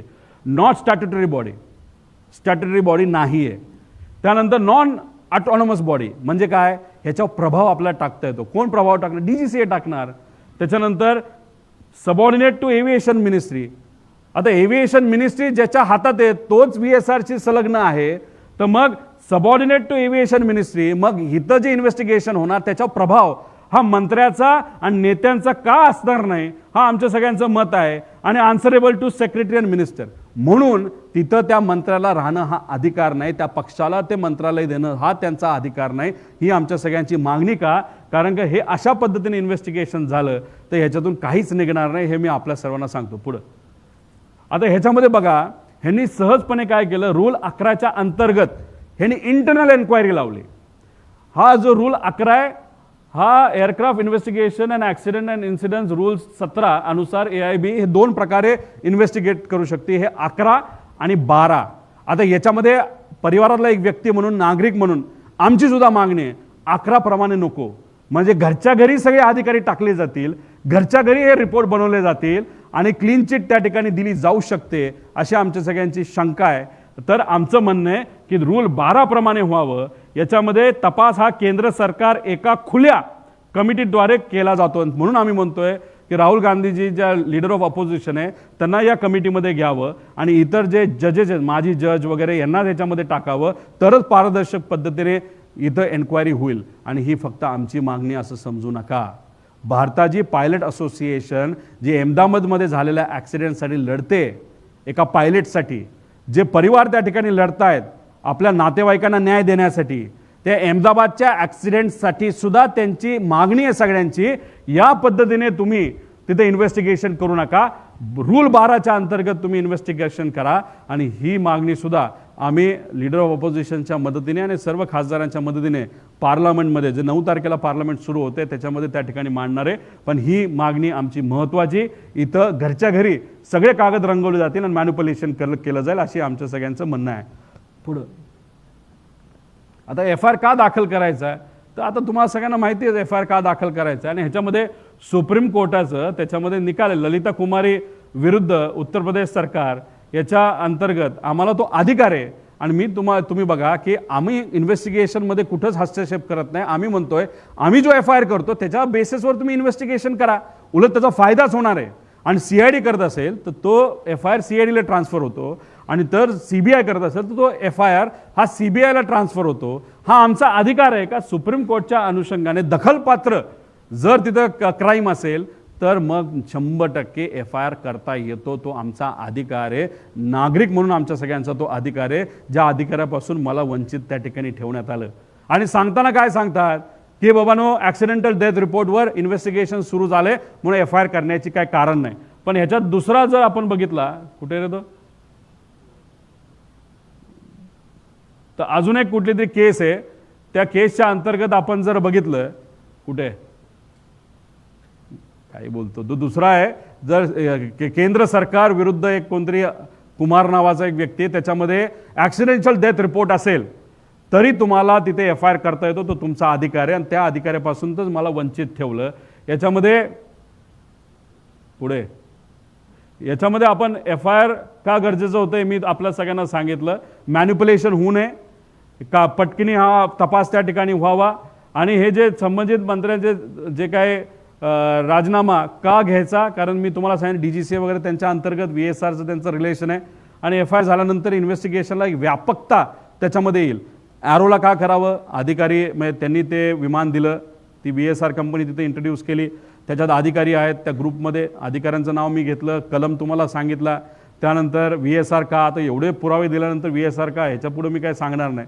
आणि DGCA का, की DGCAच मदत करते. आणि क्रिमिनल जे 5वा आहे त्याच्यामध्ये क्रिमिनल अँगल असल्यामुळे जी व्यक्ती आणि संस्था त्या क्रिमिनल कॉन्स्पिरन्सीच्या मागे असतील तर मग ते इन्व्हेस्टिगेशन व्हावं, यासाठी आम्ही FIR मागत होतो. पुढं CIDचा तपास नेहमी एवढंच जलद गतीवर आहे, चाललंय पुढे चाललंय पुढे चाललंय. पण काय चाललंय ते म्हणाले AIB रिपोर्टवर आमचं जास्त अवलंबून आहे. पण AIB रिपोर्टमध्ये जर डिस्पेरन्सीज येत असतील, त्याच्यामध्ये चुका असतील, तर मग हे कसं, म्हणजे हे कसा तपास पुढे जाणार, अशी आम्हाला शंका त्याच्यामध्ये वाटते. काही लोक म्हणली तुम्ही मुंबईमध्ये का प्रयत्न केला, तो माझा अधिकार आहे. बारामतीमध्ये जाऊन गर्दी होऊ नये म्हणून आम्ही काय केलं की मुंबईला जेव्हा DGCAचा एक प्रायमरी रिपोर्ट 24 तारखेला आला, त्याच्यामध्ये त्यांनी अप्रत्यक्षपणे VSR हे जबाबदार आहे हे सांगितलं होतं. त्या अनुषंगाने त्या मुद्दा घेऊन 24पर्यंत शांत बसलो आम्ही, फक्त रिपोर्ट यावा म्हणून. आणि रिपोर्ट आल्यानंतर FIR हा मुंबईत का गेला, तर 0 FIR हा आमचा अधिकार आहे, कुठेही करू शकतो. नंतर तो FIR ट्रान्सफर होतो. पण तो अधिकार असताना सुद्धा आम्हाला तिथं काय करून दिलं नाही. मग आम्ही गेलो बारामतीला पण आम्हाला काय करून दिलं नाही. मग आम्ही गेलो CIDकडे पण आम्हाला तिथं FIR करून दिला नाही. मग आम्ही तिथं एक स्टेटमेंट 180 कलमच्या अंतर्गत तिथं दिलेलं आहे. त्याच्या बाबतीत काय होते बघू. पण आमची अजूनसुद्धा मागणी FIR हा तिथं झाला पाहिजे. पुढं आता ह्याच्यामध्ये बघा, रोहित पवार फक्त विरोधात आहे, एवढाच फरक आहे. आता ही आहे कुठली केस तुम्हाला माहिती असेल, घाटकोपरमध्ये 18 जून 2018ला एक बीच क्राफ्ट नावाचं विमान हे 4-5 लोकांना घेऊन तिथं दुर्दैवाने त्याची घटना घडली, ॲक्सिडेंट झाला आणि त्याच्यामध्ये जे सगळे होते ते त्याच्यामध्ये मृत्युमुखी पडले. विजिबिलिटीचं कारण हे सांगण्यात आलं, काहीच झालं नाही. ते बिचारे जे पालक होते, नातेवाईक होते, ते नुसते पोलीस स्टेशनला जात गेले, अरे FIR करा. आता ते ॲक्सिडेंटल डेथ रिपोर्ट झाला होता का? हो. AIB तपास चालू करत होतं का? केली होती. आणि मग ह्या लोकांची इच्छा होती की FIR झाला पाहिजे, नाही FIR होत झाला. मग 9 महिन्यानंतर किरीट सोमय्यांच्या मदतीने, त्यांचं मी आभार व्यक्त करतो, त्यांनी पुढाकार घेतला. सरकार त्यांचं होतं, फरक तेवढाच आहे, किरीट सोमय्या त्यावेळेस सरकारमध्ये होते, आज आम्ही विरोधात आहोत. आणि त्या लोकांना न्याय मिळाला याचा आम्हाला आनंद आहे. नाही तर न्याय मिळेल अशी अपेक्षा आपण करूया. अरे पण मग आमच्या काकाला न्याय मिळाला नाही पाहिजे का? अजितदादांना न्याय नको का? माजी उपमुख्यमंत्री न्याय नको का? जे गेले 40 वर्ष या महाराष्ट्राच्या राजकारणामध्ये लोकांच्या हिताचं काम करतात, त्या व्यक्तीला न्याय नको का? मग इथं फक्त किरीट सोमय्या जातात आणि तुमचं सरकार होतं आणि पोलीस स्टेशनला जाऊन ते दंगा घालतात, तेव्हा त्यांना तिथे FIR करण्याची परमिशन मिळते आणि आम्हाला मिळत नाही का? हा भेदभाव का? तुम्ही काय लपवायचा प्रयत्न करताय का? तुम्हाला त्या दिशेने इन्व्हेस्टिगेशन गेलं नाही पाहिजे जे आम्ही दाखवतोय? ही काय सत्तेतल्या लोकांची इच्छा आहे का? हे असे प्रश्न का नाही पडणार आम्हाला? आणि कोणावर झाला हा गुन्हा दाखल? हा झाला वायू म्हणजे कंपनीवर, जिथे VSR आपल्याकडे, म्हणून आमची मागणी VSR वर तिथं व्हावं. अकाउंटेबल मॅनेजर कोण आहे? VK सिंग स्वतः मालक अकाउंटेबल मॅनेजर आहे. इथं झालं का? घाटकोपरला झाला. मग आमची पण मागणी आहे ना तिथं VK सिंगवर तिथं व्हावं. चीफ ऑफ फ्लाईट सेफ्टी माहितीच नाही कोण आहे. त्यानंतर स्पेअर पार्ट सप्लायर इंडिमार, म्हणजे हे प्रफुल्ल पटलांचं जे आहे MRO, हे इंडिमार, त्याच्यावर तिथं कारवाई झाली का? तेव्हा ते विरोधात होते आणि हे पण सत्तेत होते. इंडिमारवर झालं आणि ऑपरेशन चीफवर झालं. मग काय वेगळी मागणी करतोय आम्ही? का वेगळा न्याय? घाटकोपरला किरीट सोमय्यांनी पुढाकार घेतला, तुमची सत्ता होती, तेव्हा तुमचा FIR होऊ शकतो. आणि मग आता आम्ही आमच्या न्यायासाठी इथं धडपड करतोय, आमदार असून सुद्धा आमचा FIR तिथं घेतला जात नाही का? ह्याच्यासाठीच काळबेरा आहे का असा प्रश्न आता लोकांच्या मनामध्ये निर्माण व्हायला लागलाय. रिपोर्ट बघितल्यानंतर सुद्धा त्याच्यामध्ये काळबेरा आहे का असं वाटायला लागलंय आणि FIR करून दिला जात नाही, याच्यावरनं सुद्धा त्या ठिकाणी आम्हाला काळबेरा आहे का वाटणार नाही?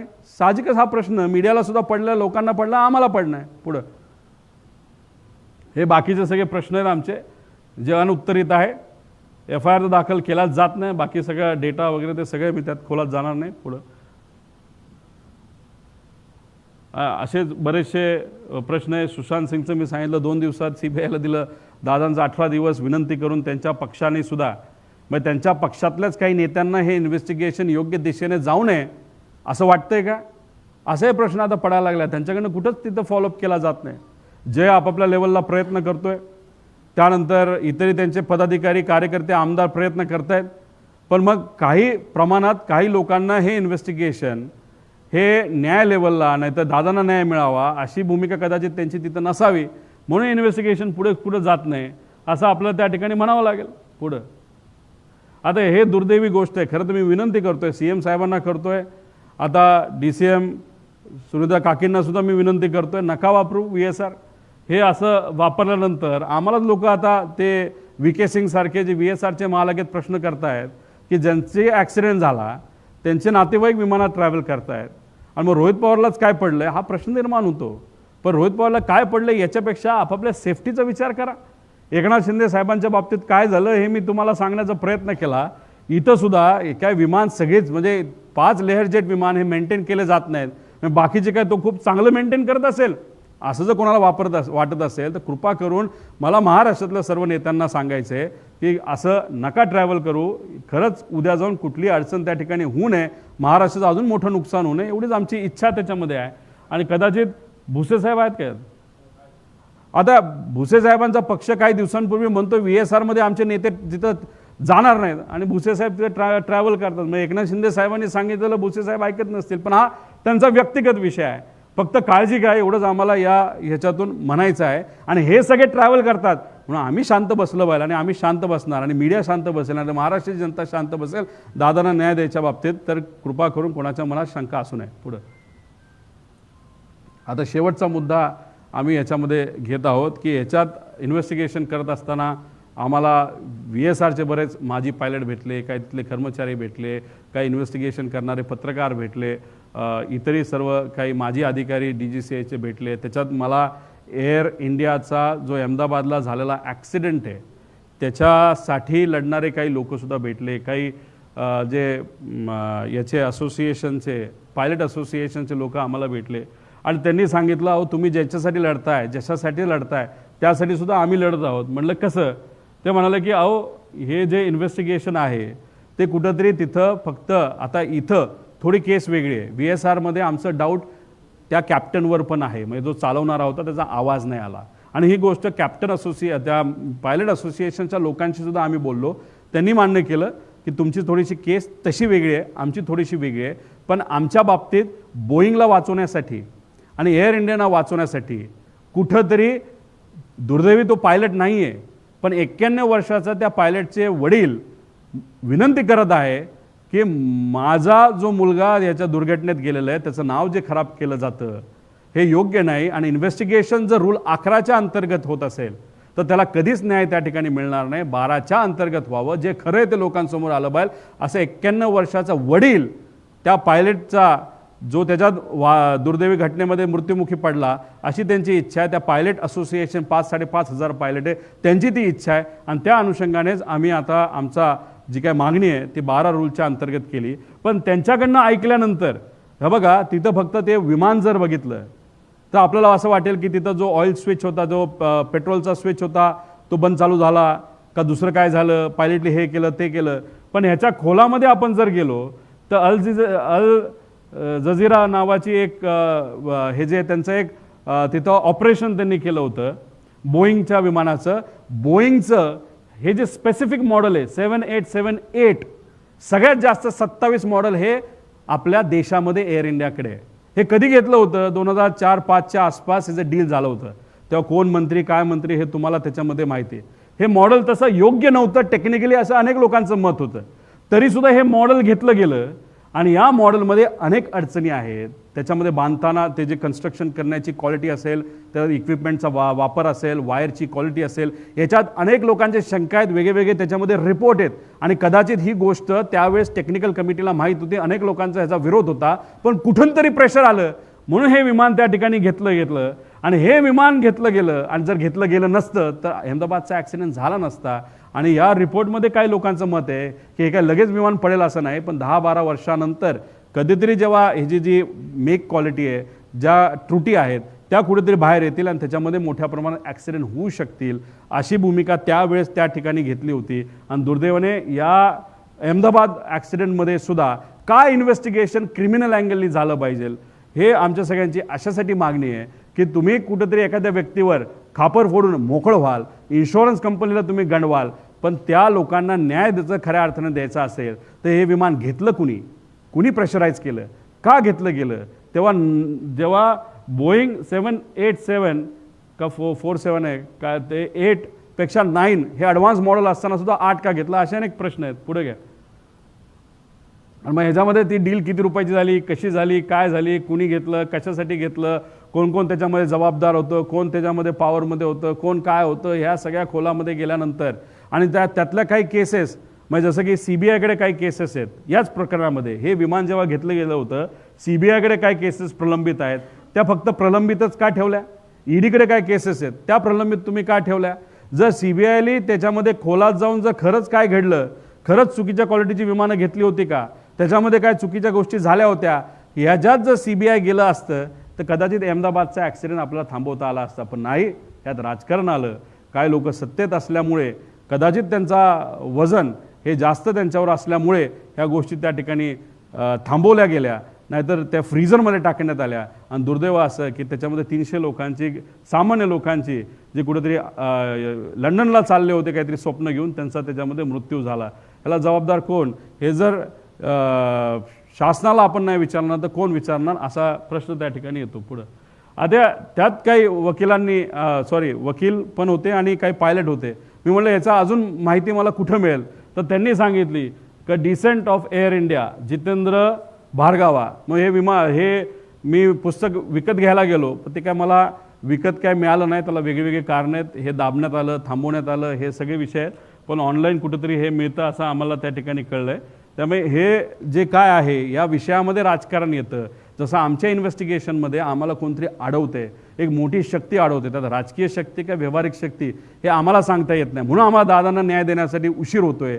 अहमदाबादमध्ये सुद्धा एक वेगळ्या शक्ती या राजकारणामुळे नाही तर व्यावसायिक शक्त्या याच्यामध्ये अडकल्या असल्यामुळे त्या 300 लोकांना न्याय हे दुर्दैवाने तिथं देता येत नाही, असं आमच्या सगळ्यांची भूमिका आहे. त्यातलं राजकारण बाजूला करून पारदर्शक पद्धतीने इन्व्हेस्टिगेशन झालं आणि रूल 12च्या अंतर्गत झालं तरच न्याय मिळू शकतो, असं आम्हाला सगळ्यांना तिथं वाटतं. म्हणजे एअर इंडियाच्या लोकांना सुद्धा वाटतं, लोकांना म्हणजे तिथं काम करणाऱ्या लोकांना आणि त्यांच्या नातेवाईकांना जे दुर्दैवाने मृत्युमुखी पडले, आणि आम्हाला सुद्धा दादांच्या बाबतीत हेच त्या ठिकाणी वाटतं. हे आपल्या सर्वांसमोर मला सांगायचं होतं आणि हे प्रेझेंटेशन त्याच्यामध्ये आपल्या सर्वांसमोर आणलं. याच्यात मी रिपोर्ट कव्हर केला, अजून काही पार्टीची लिंकिंग या VSRचं कसं आहे, त्यानंतर DGCA कसं याच्यामध्ये इन्वॉल्ड आहेत, अजून बरेच पुरावे आहेत. पण अजून 1-2 तास हे प्रकरण पुढे जाऊ शकतं. याच्यात पुढच्या काही दिवसांमध्ये दिल्लीत जाऊन, म्हणजे एकतर आमचे खासदार आहेत ते तर मुद्दा घेतीलच. काही दिवसांपूर्वी राज ठाकरे साहेबांना मी भेटलो. 2-3 दिवस सुट्टी असल्यामुळे आणि बरेच इतर कार्यक्रम काही नेत्यांचे असल्यामुळे उद्धव ठाकरे साहेबांची वेळ मागितली, ती आजची आम्हाला मिळेल. एकनाथ शिंदे साहेबांची मागितली, ती आजची त्या ठिकाणी मिळेल. CM साहेबांना मी भेटलेलो आहे. आणि मग दिल्लीत जाऊन तिथे असणारे जे कोणी इंडिया आघाडीचे सर्व नेते आहेत, खास करून राहुल गांधीजी यांची वेळ आम्ही मागितलेली आहे. पुढचे 4 दिवस दिल्लीत जाऊन तिथं बसून ज्या लोकांना भेटता येईल आणि अधिवेशनामध्ये इन्व्हेस्टिगेशन रूल 12च्या अंतर्गत दादांच्या केसचं सुद्धा आणि अहमदाबादच्या केसचं सुद्धा व्हावं, अशी मागणी तिथं आम्ही करणार आहेत. आणि आमच्याकडची जी कुठली माहिती आहे ती माहिती त्या ठिकाणी आम्ही देऊ. आम्हाला काही लोकांनी सांगितलं आहे की तुम्ही एक काम करा, DGCAचं कार्यालय हे दिल्लीत आहे, दिल्लीत जाऊन FIR करण्याचा प्रयत्न करा आणि 0च्या अंतर्गत ते ट्रान्सफर करून घ्या. मी म्हणलं महाराष्ट्राचा मोठा नेता जाऊनसुद्धा मराठी माणूस म्हणून आम्ही तिथं लढतोय आणि महाराष्ट्रातच आमची केस तिथं घेतली जात नसेल, FIR घेतलं जात नसेल तर दिल्लीला कधी आम्हाला घ्यायचे, असाही प्रश्न तिथं निर्माण होतो. पण ती माहिती, जी कुठली माहिती आमच्याकडे आहे ती सर्व माहिती ही त्या पक्षाच्या नेत्यांना आणि त्या लोकांना आणि त्या DGCA ऑफिसला सुद्धा त्या ठिकाणी आम्ही पाठवून देऊ. त्यात काय इन्व्हेस्टिगेशन होतं हे आपण सर्वांनी तिथं बघावं. याच्यात कुठेही आमचं राजकारण नाही.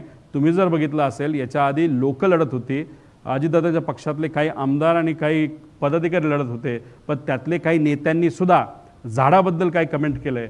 जय पवार जे माझे बंधू आहेत त्यांनी सुद्धा रोहित सिंगचा एक व्हिडिओ तुमच्या सर्वांसमोर त्या ठिकाणी आणलेला आहे. त्यामुळे आपापल्या लेवलला आपण सर्वजण त्या लेवलला त्या ठिकाणी लढतोय. तुमची तिथं साथ आहे, लोकांची साथ आहे. जे लोक या विषयाला साथ देत आहेत, आपल्या नेत्याला न्याय देण्यासाठी पाठिंबा देत आहेत, त्यांचे मी मनापासून आभार व्यक्त करतो. काही लोकांनी होळी साजरी केली नाही, सणासुदीचं काही कार्यक्रम साजरे केले नाहीत, लग्न पुढे ढकलले आहेत, काही लोकांनी वाढदिवस साजरे केले नाहीत. या लोकांनीसुद्धा आपापल्या पद्धतीने तिथं पाठिंबा दिला आहे. कुणी कशाची त्या कागदाची होळी केली, कुणी काय केलं, हे आपापल्या लेवलला स्वतःहून लोक पुढाकार तिथं घेत आहेत. फक्त का महाराष्ट्रातला एक मोठा नेता हा आपण सगळ्यांनी म्हणून गमावला आहे आणि त्या नेत्याला न्याय मिळालं पाहिजे. एक कुठंतरी एक उदाहरण या देशाला दाखवलं पाहिजे की लोकांनी हा विषय हातात घेतला तर न्याय मिळाल्याशिवाय राहत नाही. अशा भूमिकेत जे कोणी आहेत आणि तुम्ही सर्व पत्रकार, तुमचे पण मी मनापासून आभार व्यक्त करतो. हा लढा असाच पुढे नेऊन लवकरात लवकर न्याय देण्याचा प्रयत्न त्या ठिकाणी आपण सर्वजण करूया, एवढंच सांगतो आणि थांबतो. मराठीत काय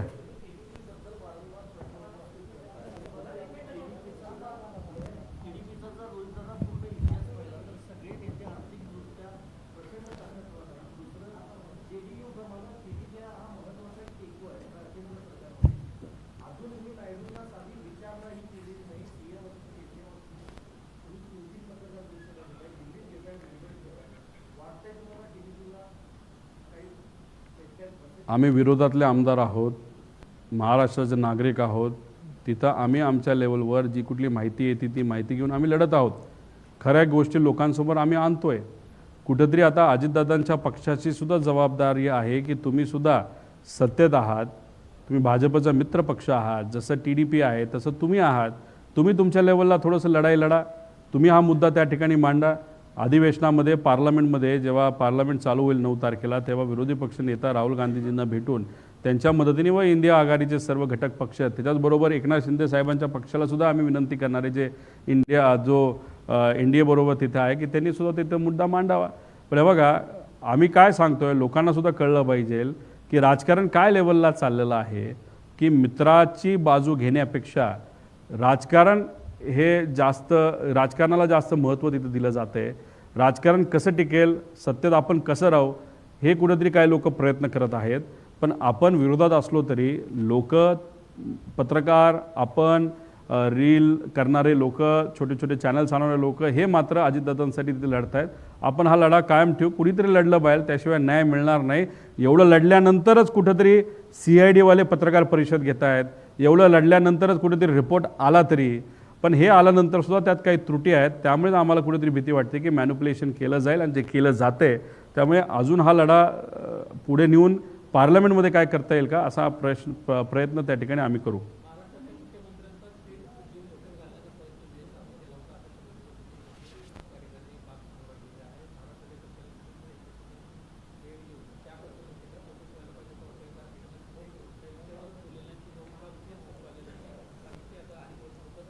नाही, हा विषय लोकांना माहीत नव्हता. हा कदाचित एकनाथ शिंदे साहेबांना माहिती असावा, नाहीतर ते मागे बसले असल्यामुळे कदाचित त्यांना ते सांगितलं नसावं.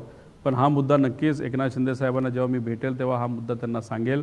पण त्याच्याचबरोबर DGCAने याच्यावर या VSRवर काय कारवाई केली आणि अशा पद्धतीने तुम्ही महाराष्ट्राच्या एका मोठ्या नेत्याचा, ते सुद्धा मुख्यमंत्र्याचा जीव जर धोक्यात घालत असताल आणि उद्या खरंच इराणच्या त्या फायटर जेटली जर एकनाथ शिंदे साहेबांचं विमान पाडलं असतं, जर ते पाडून त्याच्यामध्ये जर चुकीची घटना त्या ठिकाणी घडली असती तर कदाचित त्यावेळेस चर्चा झाली असती, हे कसं झालं, काय झालं, आम्ही हे करू, ते करू, त्या करू, आणि विषय तिथंच संपला असता. त्यामुळे नेत्यांना मी विनंती करतो की तुम्ही तुमची काळजी तिथं घ्या. जी काय माहिती आमच्यापर्यंत येते ती आम्ही पुढे घेऊन चाललेलो आहोत.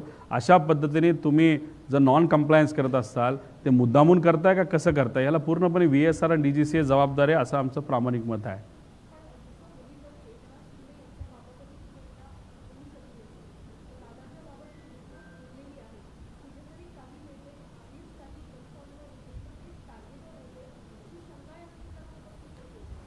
नाही, शंका नक्कीच आहे. तुम्ही जर बघितलं असेल की एकनाथ शिंदे साहेबसुद्धा आता हेलिकॉप्टर घेत असताना चांगल्या क्वालिटीचं घेतात. या पद्धतीनेच कुठंतरी आपणसुद्धा काळजी घेतली पाहिजे. दादांनासुद्धा काही लोकांनी सांगितल्यानंतर ते प्लॅस्टिकच्या बॉटलमध्ये पाणी पित नव्हते, काचेच्या बाटलीमध्ये पाणी प्यायला लागलेले. त्यांनी सिक्युरिटीसुद्धा काही प्रायव्हेट आणि ओळखीचे लोकच जवळपास आसपास ठेवले होते. पण ॲक्सिडेंट आणि ते सुद्धा विमानाच्या बाबतीत असं काहीतरी होईल हे दादांनासुद्धा माहीत नव्हतं. आणि दुसरं हे म्हणजे एकनाथ शिंदे साहेब जात असताना इराण आणि इराकवर बिना परवानगी, म्हणजे काही वर्षांपूर्वीसुद्धा इराक वॉर लोकांनी बघितलं आहे, इराण प्लस मायनस सारखं असतंच, कुठं ना कुठेतरी बॉम्ब फुटतच असतो. अशात तुम्ही या देशाच्या वरून जात असताना बिना परवानगीचं जात असाल आणि त्याच्यात जर कुठं गोळीबिळी पडली असती, 2-3 मिनिटाचा जरी उशीर झाला असता तर फार वेगळी घटना तिथं घडली असती. तर अशा पद्धतीने बेजबाबदार वागत असेल VSR आणि DGCA, तर मग उद्या जाऊन याच लोकांना आपण पाठिंबा देणार आहोत का? नेते म्हणून मी खरं तर काही लोकांना तिथं बोलतो.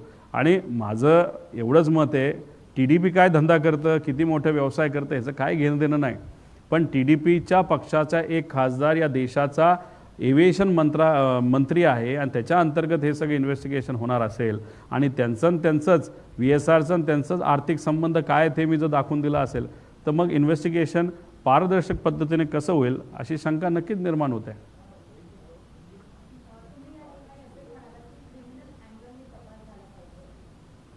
असं फक्त मीच म्हणतो असं नाही. जेव्हा अजितदादांच्या पक्षाला सांगितलं की CBIकडे एन्क्वायरी दिली गेली पाहिजे, CBI हे क्रिमिनल अँगलनीच इन्व्हेस्टिगेशन करतं. त्याच्याचबरोबर इतरही ज्या लोकांच्या मागण्या आहेत त्यांचं पण क्रिमिनल अँगल आहे. लोकांच्या मनामध्ये सुद्धा तीच इच्छा आहे आणि माझं सुद्धा मत आहे की टेक्निकल अँगल हे तिकडं बघितला जातो आहे, पण DGCAची जबाबदारी असणार आहे की टेक्निकल अँगल जास्त पुढे आले नाही पाहिजे. का जर टेक्निकल अँगल पुढे आले तर त्यांच्यातल्या काही अधिकाऱ्यांना घरी बसावं लागेल, कारण का टेक्निकल अँगल नाही तर त्याची पूर्तता इनकम्प्लीट जर कोणी ठेवली असेल तर तो पूर्णपणे जबाबदार असतो, त्याला घरी जावं लागेल. आणि त्या DGCAमध्ये सगळेच लोक घाबरत असल्यामुळे AIBच्या अजितदादांच्या रिपोर्टमध्ये आपण बघितलं असेल तर इन्व्हेस्टिगेशन ऑफिसरचं नावसुद्धा दुर्दैवाने त्याच्यामध्ये दिलेलं नाही. त्यामुळे त्याला टेक्निकल अँगल आहे, कमर्शियल अँगल आहे आणि क्रिमिनल अँगलसुद्धा आहे, असं सुरुवातीपासून आमच्या सगळ्यांची भूमिका आहे.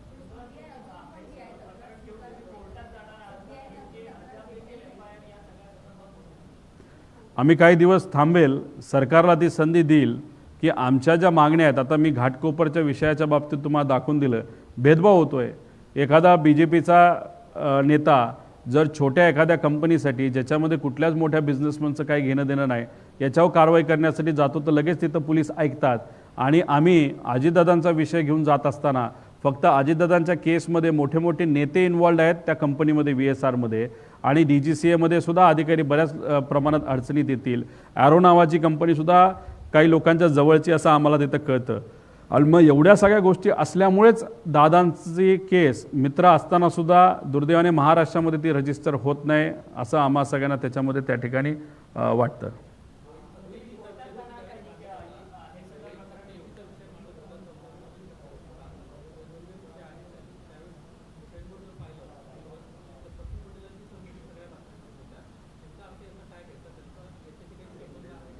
नाही, तेव्हा ते मंत्री होते ना, आणि त्यांच्यावर जे काय इन्व्हेस्टिगेशन चालू होतं CBIचं प्रफुल्ल पटेलांवर, ते याच विषयासाठी चालू होतं की याच्यामध्ये कुठंतरी एअर इंडियाच्या खरेदी प्रकरणामध्ये तिथं घोळ झाला आहे, त्यासाठी CBI चालू होतं ना. ते कुठं कंप्लीट झालं आहे अजून? EDचंही कंप्लीट नाही झालं आणि CBIचंही कंप्लीट नाही झालं. आता याच्यामध्ये आमचं एवढंच म्हणणं आहे की ते जर कंप्लीट झालं असतं आणि त्याच्यामध्ये कळलं असतं की हे जे बोईंगचं विमान आहे 8 मॉडेलचं, हे जर प्रॉब्लेमॅटिक आहे, ते आधीच कळलं असतं तर एअर इंडियाली सगळी विमानं ग्राउंड केली असती. ते जे काही CBI इन्व्हेस्टिगेशन ते पुढंच तिथं गेलं नाही, ते बंदच गेलं, फ्रीजमध्ये जाऊन पडलं.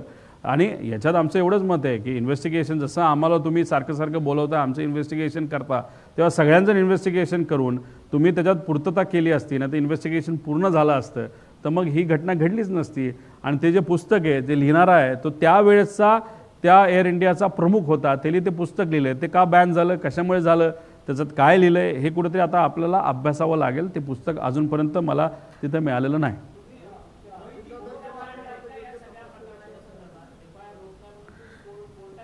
नाही, एकदा आम्ही सरकारला परत त्या ठिकाणी संधी देऊ. FIR आमचा अधिकार आहे. घाटकोपरच्या बाबतीत FIR तिथं झाला होता, तर आमच्या बाबतीतच होत नसेल तर पुढच्या काही दिवसामध्ये 2-3 दिवसामध्ये FIR सुमोटो ज्याचं आम्ही पत्र दिलेलं आहे, आम्ही पार PIला सुद्धा दिलं आहे, ॲडिशनल CPला सुद्धा मुंबईत दिलं आहे, आणि तिथे आम्ही PIला पण दिलं आहे आणि SPला पण दिलेलं आहे.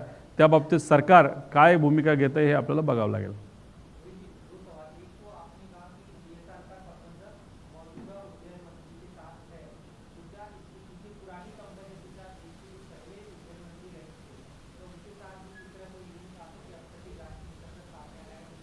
देखो, ये जो इन्वेस्टिगेशन हम कर रहे हैं, हमारे लेवल पे हम इन्वेस्टिगेशन कर रहे हैं. जो जो इन्फॉर्मेशन हमारे पास आ रही है, सब इन्फॉर्मेशन आपके सामने हम नहीं ला रहे स्टेप बाय स्टेप, क्योंकि वो प्रेजेंटेशन बड़ा होगा. अभी तक हम ये नहीं कह रहे कि जो उड़ान मंत्री है, जो एविएशन मंत्री है, वो डायरेक्टली इन्वॉल्व है, लेकिन उनके पक्ष के जो नेता है और उनके रिलेटिव जो है, उनके financial end commercial end personal relationship ये VSR के साथ दिख रहे हैं, ऐसा हम सबका कहना है. अगर वो रिलेशन पर्सनल और कमर्शियल अगर वहाँ पे दिख रहे, ये प्रूव हो रहा है, तो डेफिनेटली हम क्वेश्चन करेंगे कि TDP का जो नेता है, जो आज एविएशन मिनिस्टर है, वो उस पद पे रहना चाहिए क्या? तो डेफिनेटली नहीं रहना चाहिए. एक तो ज़मीन का मुद्दा हमने दिखाया, वो ING वैश्या बैंक जो है वो हमने वहाँ पे दिखाई, उसका रिलेशन कुछ तो दिख रहा है. फिनिक्स का मैंने दिखाया, उसके साथ उनकी जो NBFC है उनका रिलेशन हमने वहाँ पे दिखाया, जुबली हिल्स का रिलेशन वहाँ पे दिखाया. और क्या दिखाना है वो ढूंढने की ज़रूरत है. ये देखो, MRO इस कंट्री में 2 है. एक प्रफुल्ल पटेल जी का है, ऐसा मैंने शुरुआत में वहाँ पे बोला था. अभी उनका पार्टनर कौन है वो उनको ही मालूम होगा. और दूसरा है जो किसी और का है, अभी किसी कंपनी ने उसको भी खरीद लिया है. अभी कभी कभार ये जो मेंटेनेंस वाले लोग हैं, तो अभी ये 2 कंपनियां हैं, उसमें से इधर उधर जाते रहेंगे ना, तो इधर से कौन वहाँ पे गया है या इधर से कौन आया है, कौन वो मेंटेनेंस इंचार्ज था, जो इन्फॉर्मेशन हम मांग रहे हैं कौन मेंटेनेंस इंचार्ज था, उसका नाम आप दे दो। अभी तक नाम AIB रिपोर्ट में भी नहीं आया। और FIR जो हम मांग रहे हैं या करना चाहते हैं उसी के कारण करना चाहते हैं, क्योंकि हमको जानना है कि उस विमान का मेंटेनेंस किसने किया था। एक तो मेन मेंटेनेंस किसने किया था जो कुछ किलोमीटर होने के बाद या आवर्स होने के बाद होता है, और डेली मेंटेनेंस जो बॉम्बे में किया गया था वो किसने किया था, ये सब चीज़ें हमको जाननी है।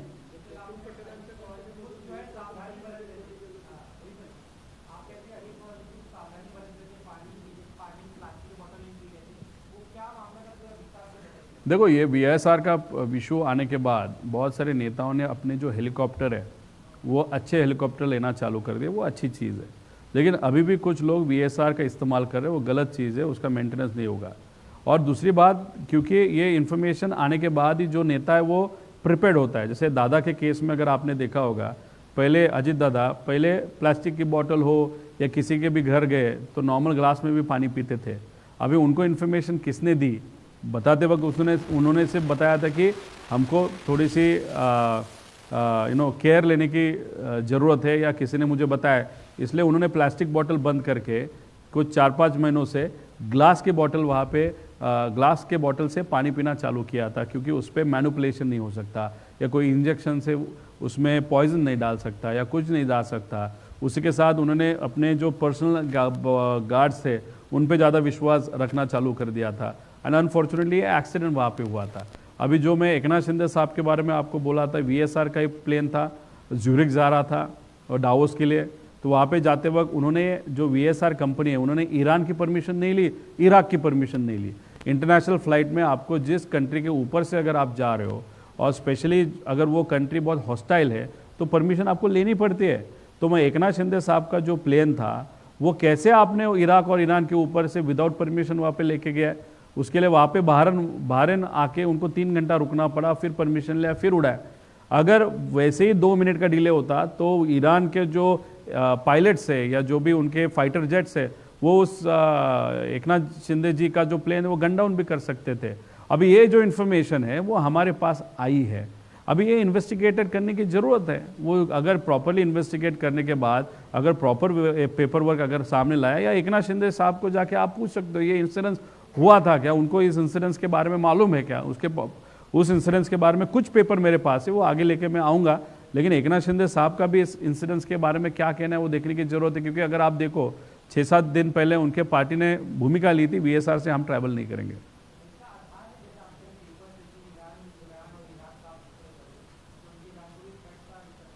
नहीं, देखो, अगर कोई भी बंदा है बाय प्रोटोकॉल या बाय प्रोसेस, अगर आप भारत से ज्यूरिख जा रहे हो, 8 घंटे का फ्लाइट है, आपका प्लेन जो है लेगेसी 600 था शायद, वो लेगेसी 600 4 घंटा आराम से जा सकता है। तो रीफ्यूलिंग बहरीन में होने वाला था जो हुआ, उसके बाद फ्लाइट प्लान देना पड़ता है, मतलब पूरा फ्लाइट प्लान ज्यूरिख तक देना पड़ता है। उन्होंने बहरीन में वो प्लेन रुकाया, फुल किया पेट्रोल, उसके बाद जब उड़ा और ईरान में गया तब वहाँ पे इंटरसेप्ट हुआ या उनको मैसेज दिया ईरान के डिफेंस ने, बॉस अगर और ज़्यादा रुकोगे तो हमको ये प्लेन गिराना पड़ेगा। दैट मीन्स वो परमिशन नहीं ली थी। अब भाई महाराष्ट्र का मुख्यमंत्री अगर ट्रैवल कर रहा है, ज्यूरिख जा रहा है, महाराष्ट्र हित के लिए जा रहा है, जाते वक्त अगर फ्लाइट प्लान में आप इंफॉर्मेशन उस देश को अगर नहीं दे रहे हो, अगर उस वक्त कुछ होता तो किस पे ऊपर जिम्मेदारी आप डालते हैं। यहाँ पे हम लड़ तो रहे VSR, DGCA या कोई ऐसा पॉलिटिकल या कमर्शियल व्यक्ति जो इस पे जिम्मेदारी हो सकता है अजित दादा के केस में, वहाँ पे तो केस ईरान पे ठोक देते कि उसने कुछ किया। जैसे वो कभी भी एक आध प्लेन इधर उधर जाता है वो उड़ा देते हैं, वैसे एकनाथ शिंदे जी का प्लेन उड़ा दिया, खत्म विषय, ऐसे भी हो सकता था। तो अभी उसके पीछे क्या है वो इन्वेस्टिगेट करने की भी जरूरत है। हम दादा के लिए तो ट्राई कर रहे हैं, लेकिन उनके बारे में क्या हुआ था वो DGCA या किसी और ने प्रॉपरली इन्वेस्टिगेट करने की जरूरत है, क्योंकि बहुत बड़ा वो इन्वेस्टिगेशन वो ऑपरेशनल फ्लॉ था। अभी वो इंटेंशनल था या गलती से हुआ वो देखने की जरूरत है।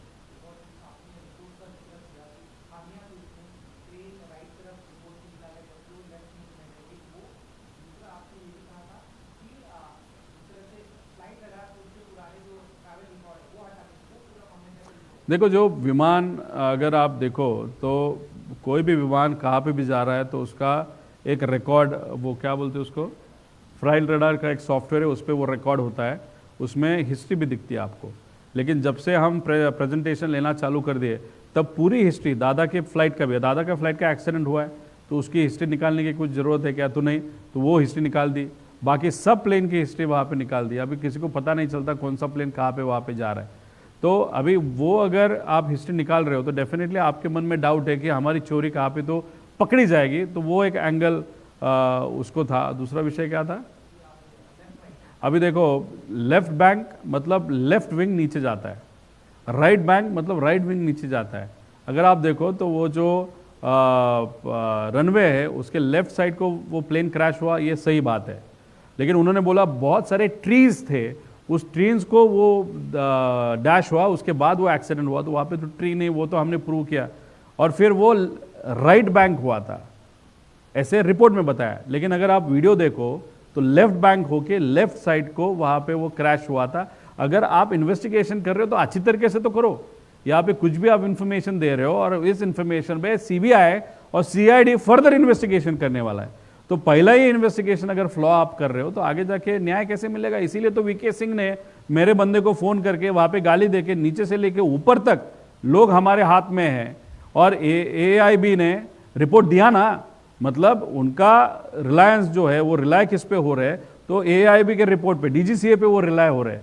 इसलिए हमारा कहना है कि इंटरनल कमेटी 11 के अंतर्गत वो रिसर्च नहीं होना चाहिए, वो 12 के अंतर्गत चाहिए, और हमारी भी इन्वेस्टिगेशन वैसी होनी चाहिए, एक अलग बॉडी के माध्यम से, एक अलग बॉडी वहाँ पे करके।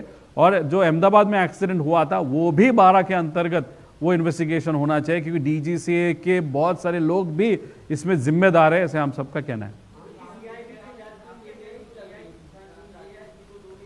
देखो, जब सुशांत सिंह राजपूत का विषय या उनका इन्वेस्टिगेशन ये सीबीआई के देने की बात हुई थी, तब बिहार के मुख्यमंत्री, तब उस टाइम इलेक्शन भी था बिहार में, उन्होंने एक प्रस्ताव केंद्र सरकार को होम मंत्रालय वहाँ पे दिया था। आज भेजा, 2 दिन के बाद सुशांत सिंह के बारे में सीबीआई के इंक्वायरी का प्रस्ताव ये 2 दिन में एक्सेप्ट हो गया। अभी महाराष्ट्र का एक बहुत बड़ा नेता इस एक्सीडेंट में अगर गुजर जाता है, उनका इन्वेस्टिगेशन सीबीआई के माध्यम से हो, ऐसे उनके ही पक्ष के लोग चाहते हैं, ऐसे पत्र तो दिया, 18 दिन हो गए, अभी तक सीबीआई के बारे में क्या हुआ किसी को मालूम नहीं। तो ये अभिनेता हो या एक कॉमन मैन हो या नेता हो, सब लोग हमारे लिए इंपॉर्टेंट है। लेकिन इस केस में एक वीआईपी, वो भी राज्य का, अगर 6 बार जो उप मुख्यमंत्री रहा है, और वो जब उनका एक्सीडेंट हुआ तो वो खुद उप मुख्यमंत्री थे, संवैधानिक पद पे वहां पे थे, उनका एक्सीडेंट होने के बाद भी सुशांत सिंह के बारे में 2 दिन में वहां पे रिपोर्ट एक्सेप्ट होता है, लेकिन यहां पे 18 दिन होने के बाद भी वहां पे रिपोर्ट नहीं होता, और 1 महीना होने के बाद भी इन्वेस्टिगेशन कहां पे भी आगे नहीं जा रहा। तो इसके पीछे कौन है, ये हमारी सबकी मांग है या प्रश्न है।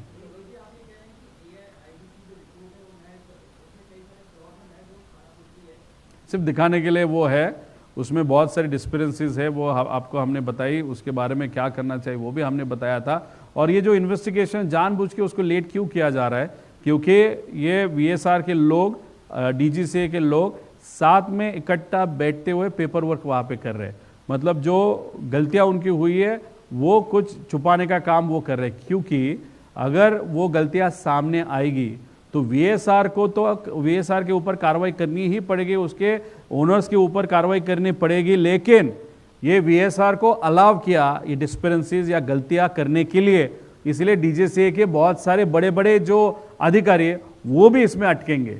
इसलिए अधिकारियों को बचाने के लिए और वीएसआर को बचाने के लिए, वीएसआर का क्यों बचा रहे वो तो हमने बताया, बहुत बड़े बड़े नेता इसके पीछे है, इस वीएसआर के कंपनी, वो तो हमने बताया, और अधिकारी खुद को बचाने का कोशिश करेगा तो वो वहाँ पे बचाने की कोशिश वहाँ पे कर रहे हैं। इसलिए तो यहाँ पे सिर्फ बचाने का खेल चल रहा है। अजित दादा को न्याय देने का यहाँ पे कोई भी प्रश्न नहीं है, या यहाँ पे कोई भी एफर्ट किसी से भी वहाँ पे लिए जा रहे जो सत्ता में, ऐसे हम सबको नहीं लगता।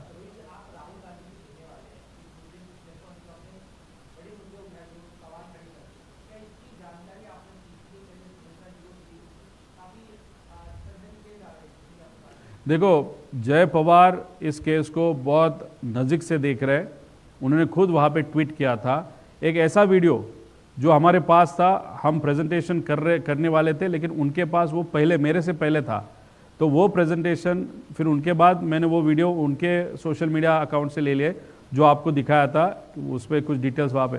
जय पवार वहाँ पे प्रयत्न कर रहा है। जय पवार कौन है? सुनेत्रा काकी के बेटे हैं, तो उनके लेवल पे वो प्रयत्न कर रहे हैं। मतलब उसके बारे में इंफॉर्मेशन डेफिनेटली पार्थ को भी होगी और काकी को भी वहाँ पे होगी, और वो तो सत्ता में, वो उनके माध्यम से फॉलोअप उनके लेवल पे करेंगे।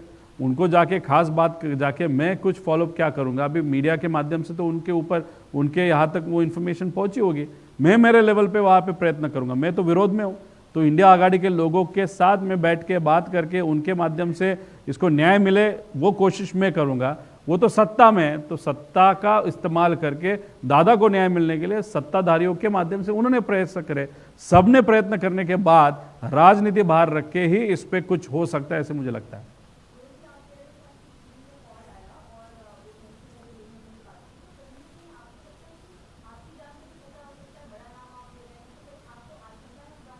देखो, शंका तो सबको है। मेरे कान पे भी ये आया कि आप थोड़ा सा केयरफुल रहिएगा, लेकिन मैं तो नहीं डरने वाला, मैं हटने नहीं वाला। फैमिली मेम्बर्स को डेफिनेटली वहाँ पे दे आर वेरी केयरफुल। वो मुझे बता रहे हैं कि प्लीज़ बी केयरफुल, अभी बहुत हो गया, इतना आगे क्यों लेके जा रहे हो? जो सत्ता में उनको ही कुछ नहीं पड़ा तो आप क्यों लेके जा रहे हो? लेकिन बाद में वो भी बोल रहे हैं कि नहीं, दादा को न्याय मिलना चाहिए।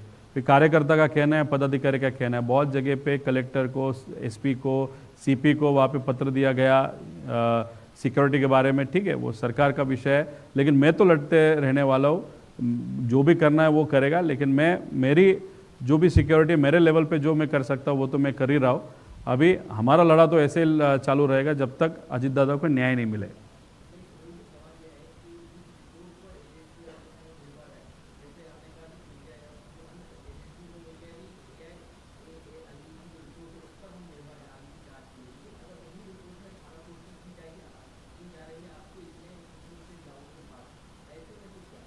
देखो, सेक्शन 3 जो AIB का रिपोर्ट होता है, सेक्शन 3 के अंतर्गत अगर आपने देखा तो वहाँ पे उन्होंने वो इन्वेस्टिगेशन इसलिए करते हैं कि इस एक्सीडेंट में क्या हुआ, वो क्रिमिनल एंगल से या लाइबिलिटी किसी के ऊपर डालना है, उस एंगल से वो इन्वेस्टिगेशन नहीं करते। आगे जाके ये एक्सीडेंट नहीं होना चाहिए, इसलिए वो इन्वेस्टिगेशन करते हैं। CID के साथ बात करने के बाद उनको हमने बहुत सारे प्रश्न पूछे, ये इन्फॉर्मेशन दी, वो इन्फॉर्मेशन दी, ये डॉक्यूमेंट दिया, वो डॉक्यूमेंट दिया। उन्होंने बोला AIB का रिपोर्ट आने दो, फिर उसके बाद ही हम इन्वेस्टिगेशन को आगे लेके जा सकते हैं। अगर AIB ये DGCA के अंतर्गत आती है, और DGCA अगर ये मंत्रालय एविएशन के अंतर्गत आता है, अगर मंत्री का बहुत बड़ा उसका नेता अगर VSR के साथ कमर्शियली और पर्सनली इन्वॉल्व है, तो कैसे वो नेता या मंत्री अपने DGCA को, AIB को बोलेगा कि ये पारदर्शक पद्धति से या ट्रांसपेरेंट पद्धति से इन्वेस्टिगेशन होना चाहिए? ये हमारा डाउट है। इसलिए ये DGCA के माध्यम से कुछ नहीं होने वाला। AIB का रिपोर्ट है, उसमें बहुत सारी त्रुटियां हमने वहाँ पे दिखाई, तो रूल 12 के अंतर्गत एक अलग कमेटी बना के ही इन्वेस्टिगेशन ये प्रॉपरली हो सकता है। और 12 रूल के अंतर्गत हम बाहर के इन्वेस्टिगेशन एजेंसी को भी इसमें इन्वॉल्व कर सकते हैं। सिर्फ हमारी ये मांग है, ऐसे नहीं। एयर इंडिया का जो विमान यहाँ पे अहमदाबाद में एक्सीडेंट हुआ था, वहाँ पे भी 200-300 लोगों की मौत हुई थी। उनके लोगों का भी कहना है कि 12 रूल के अंतर्गत ही ये इन्वेस्टिगेशन होना चाहिए। ठीक है, थैंक यू।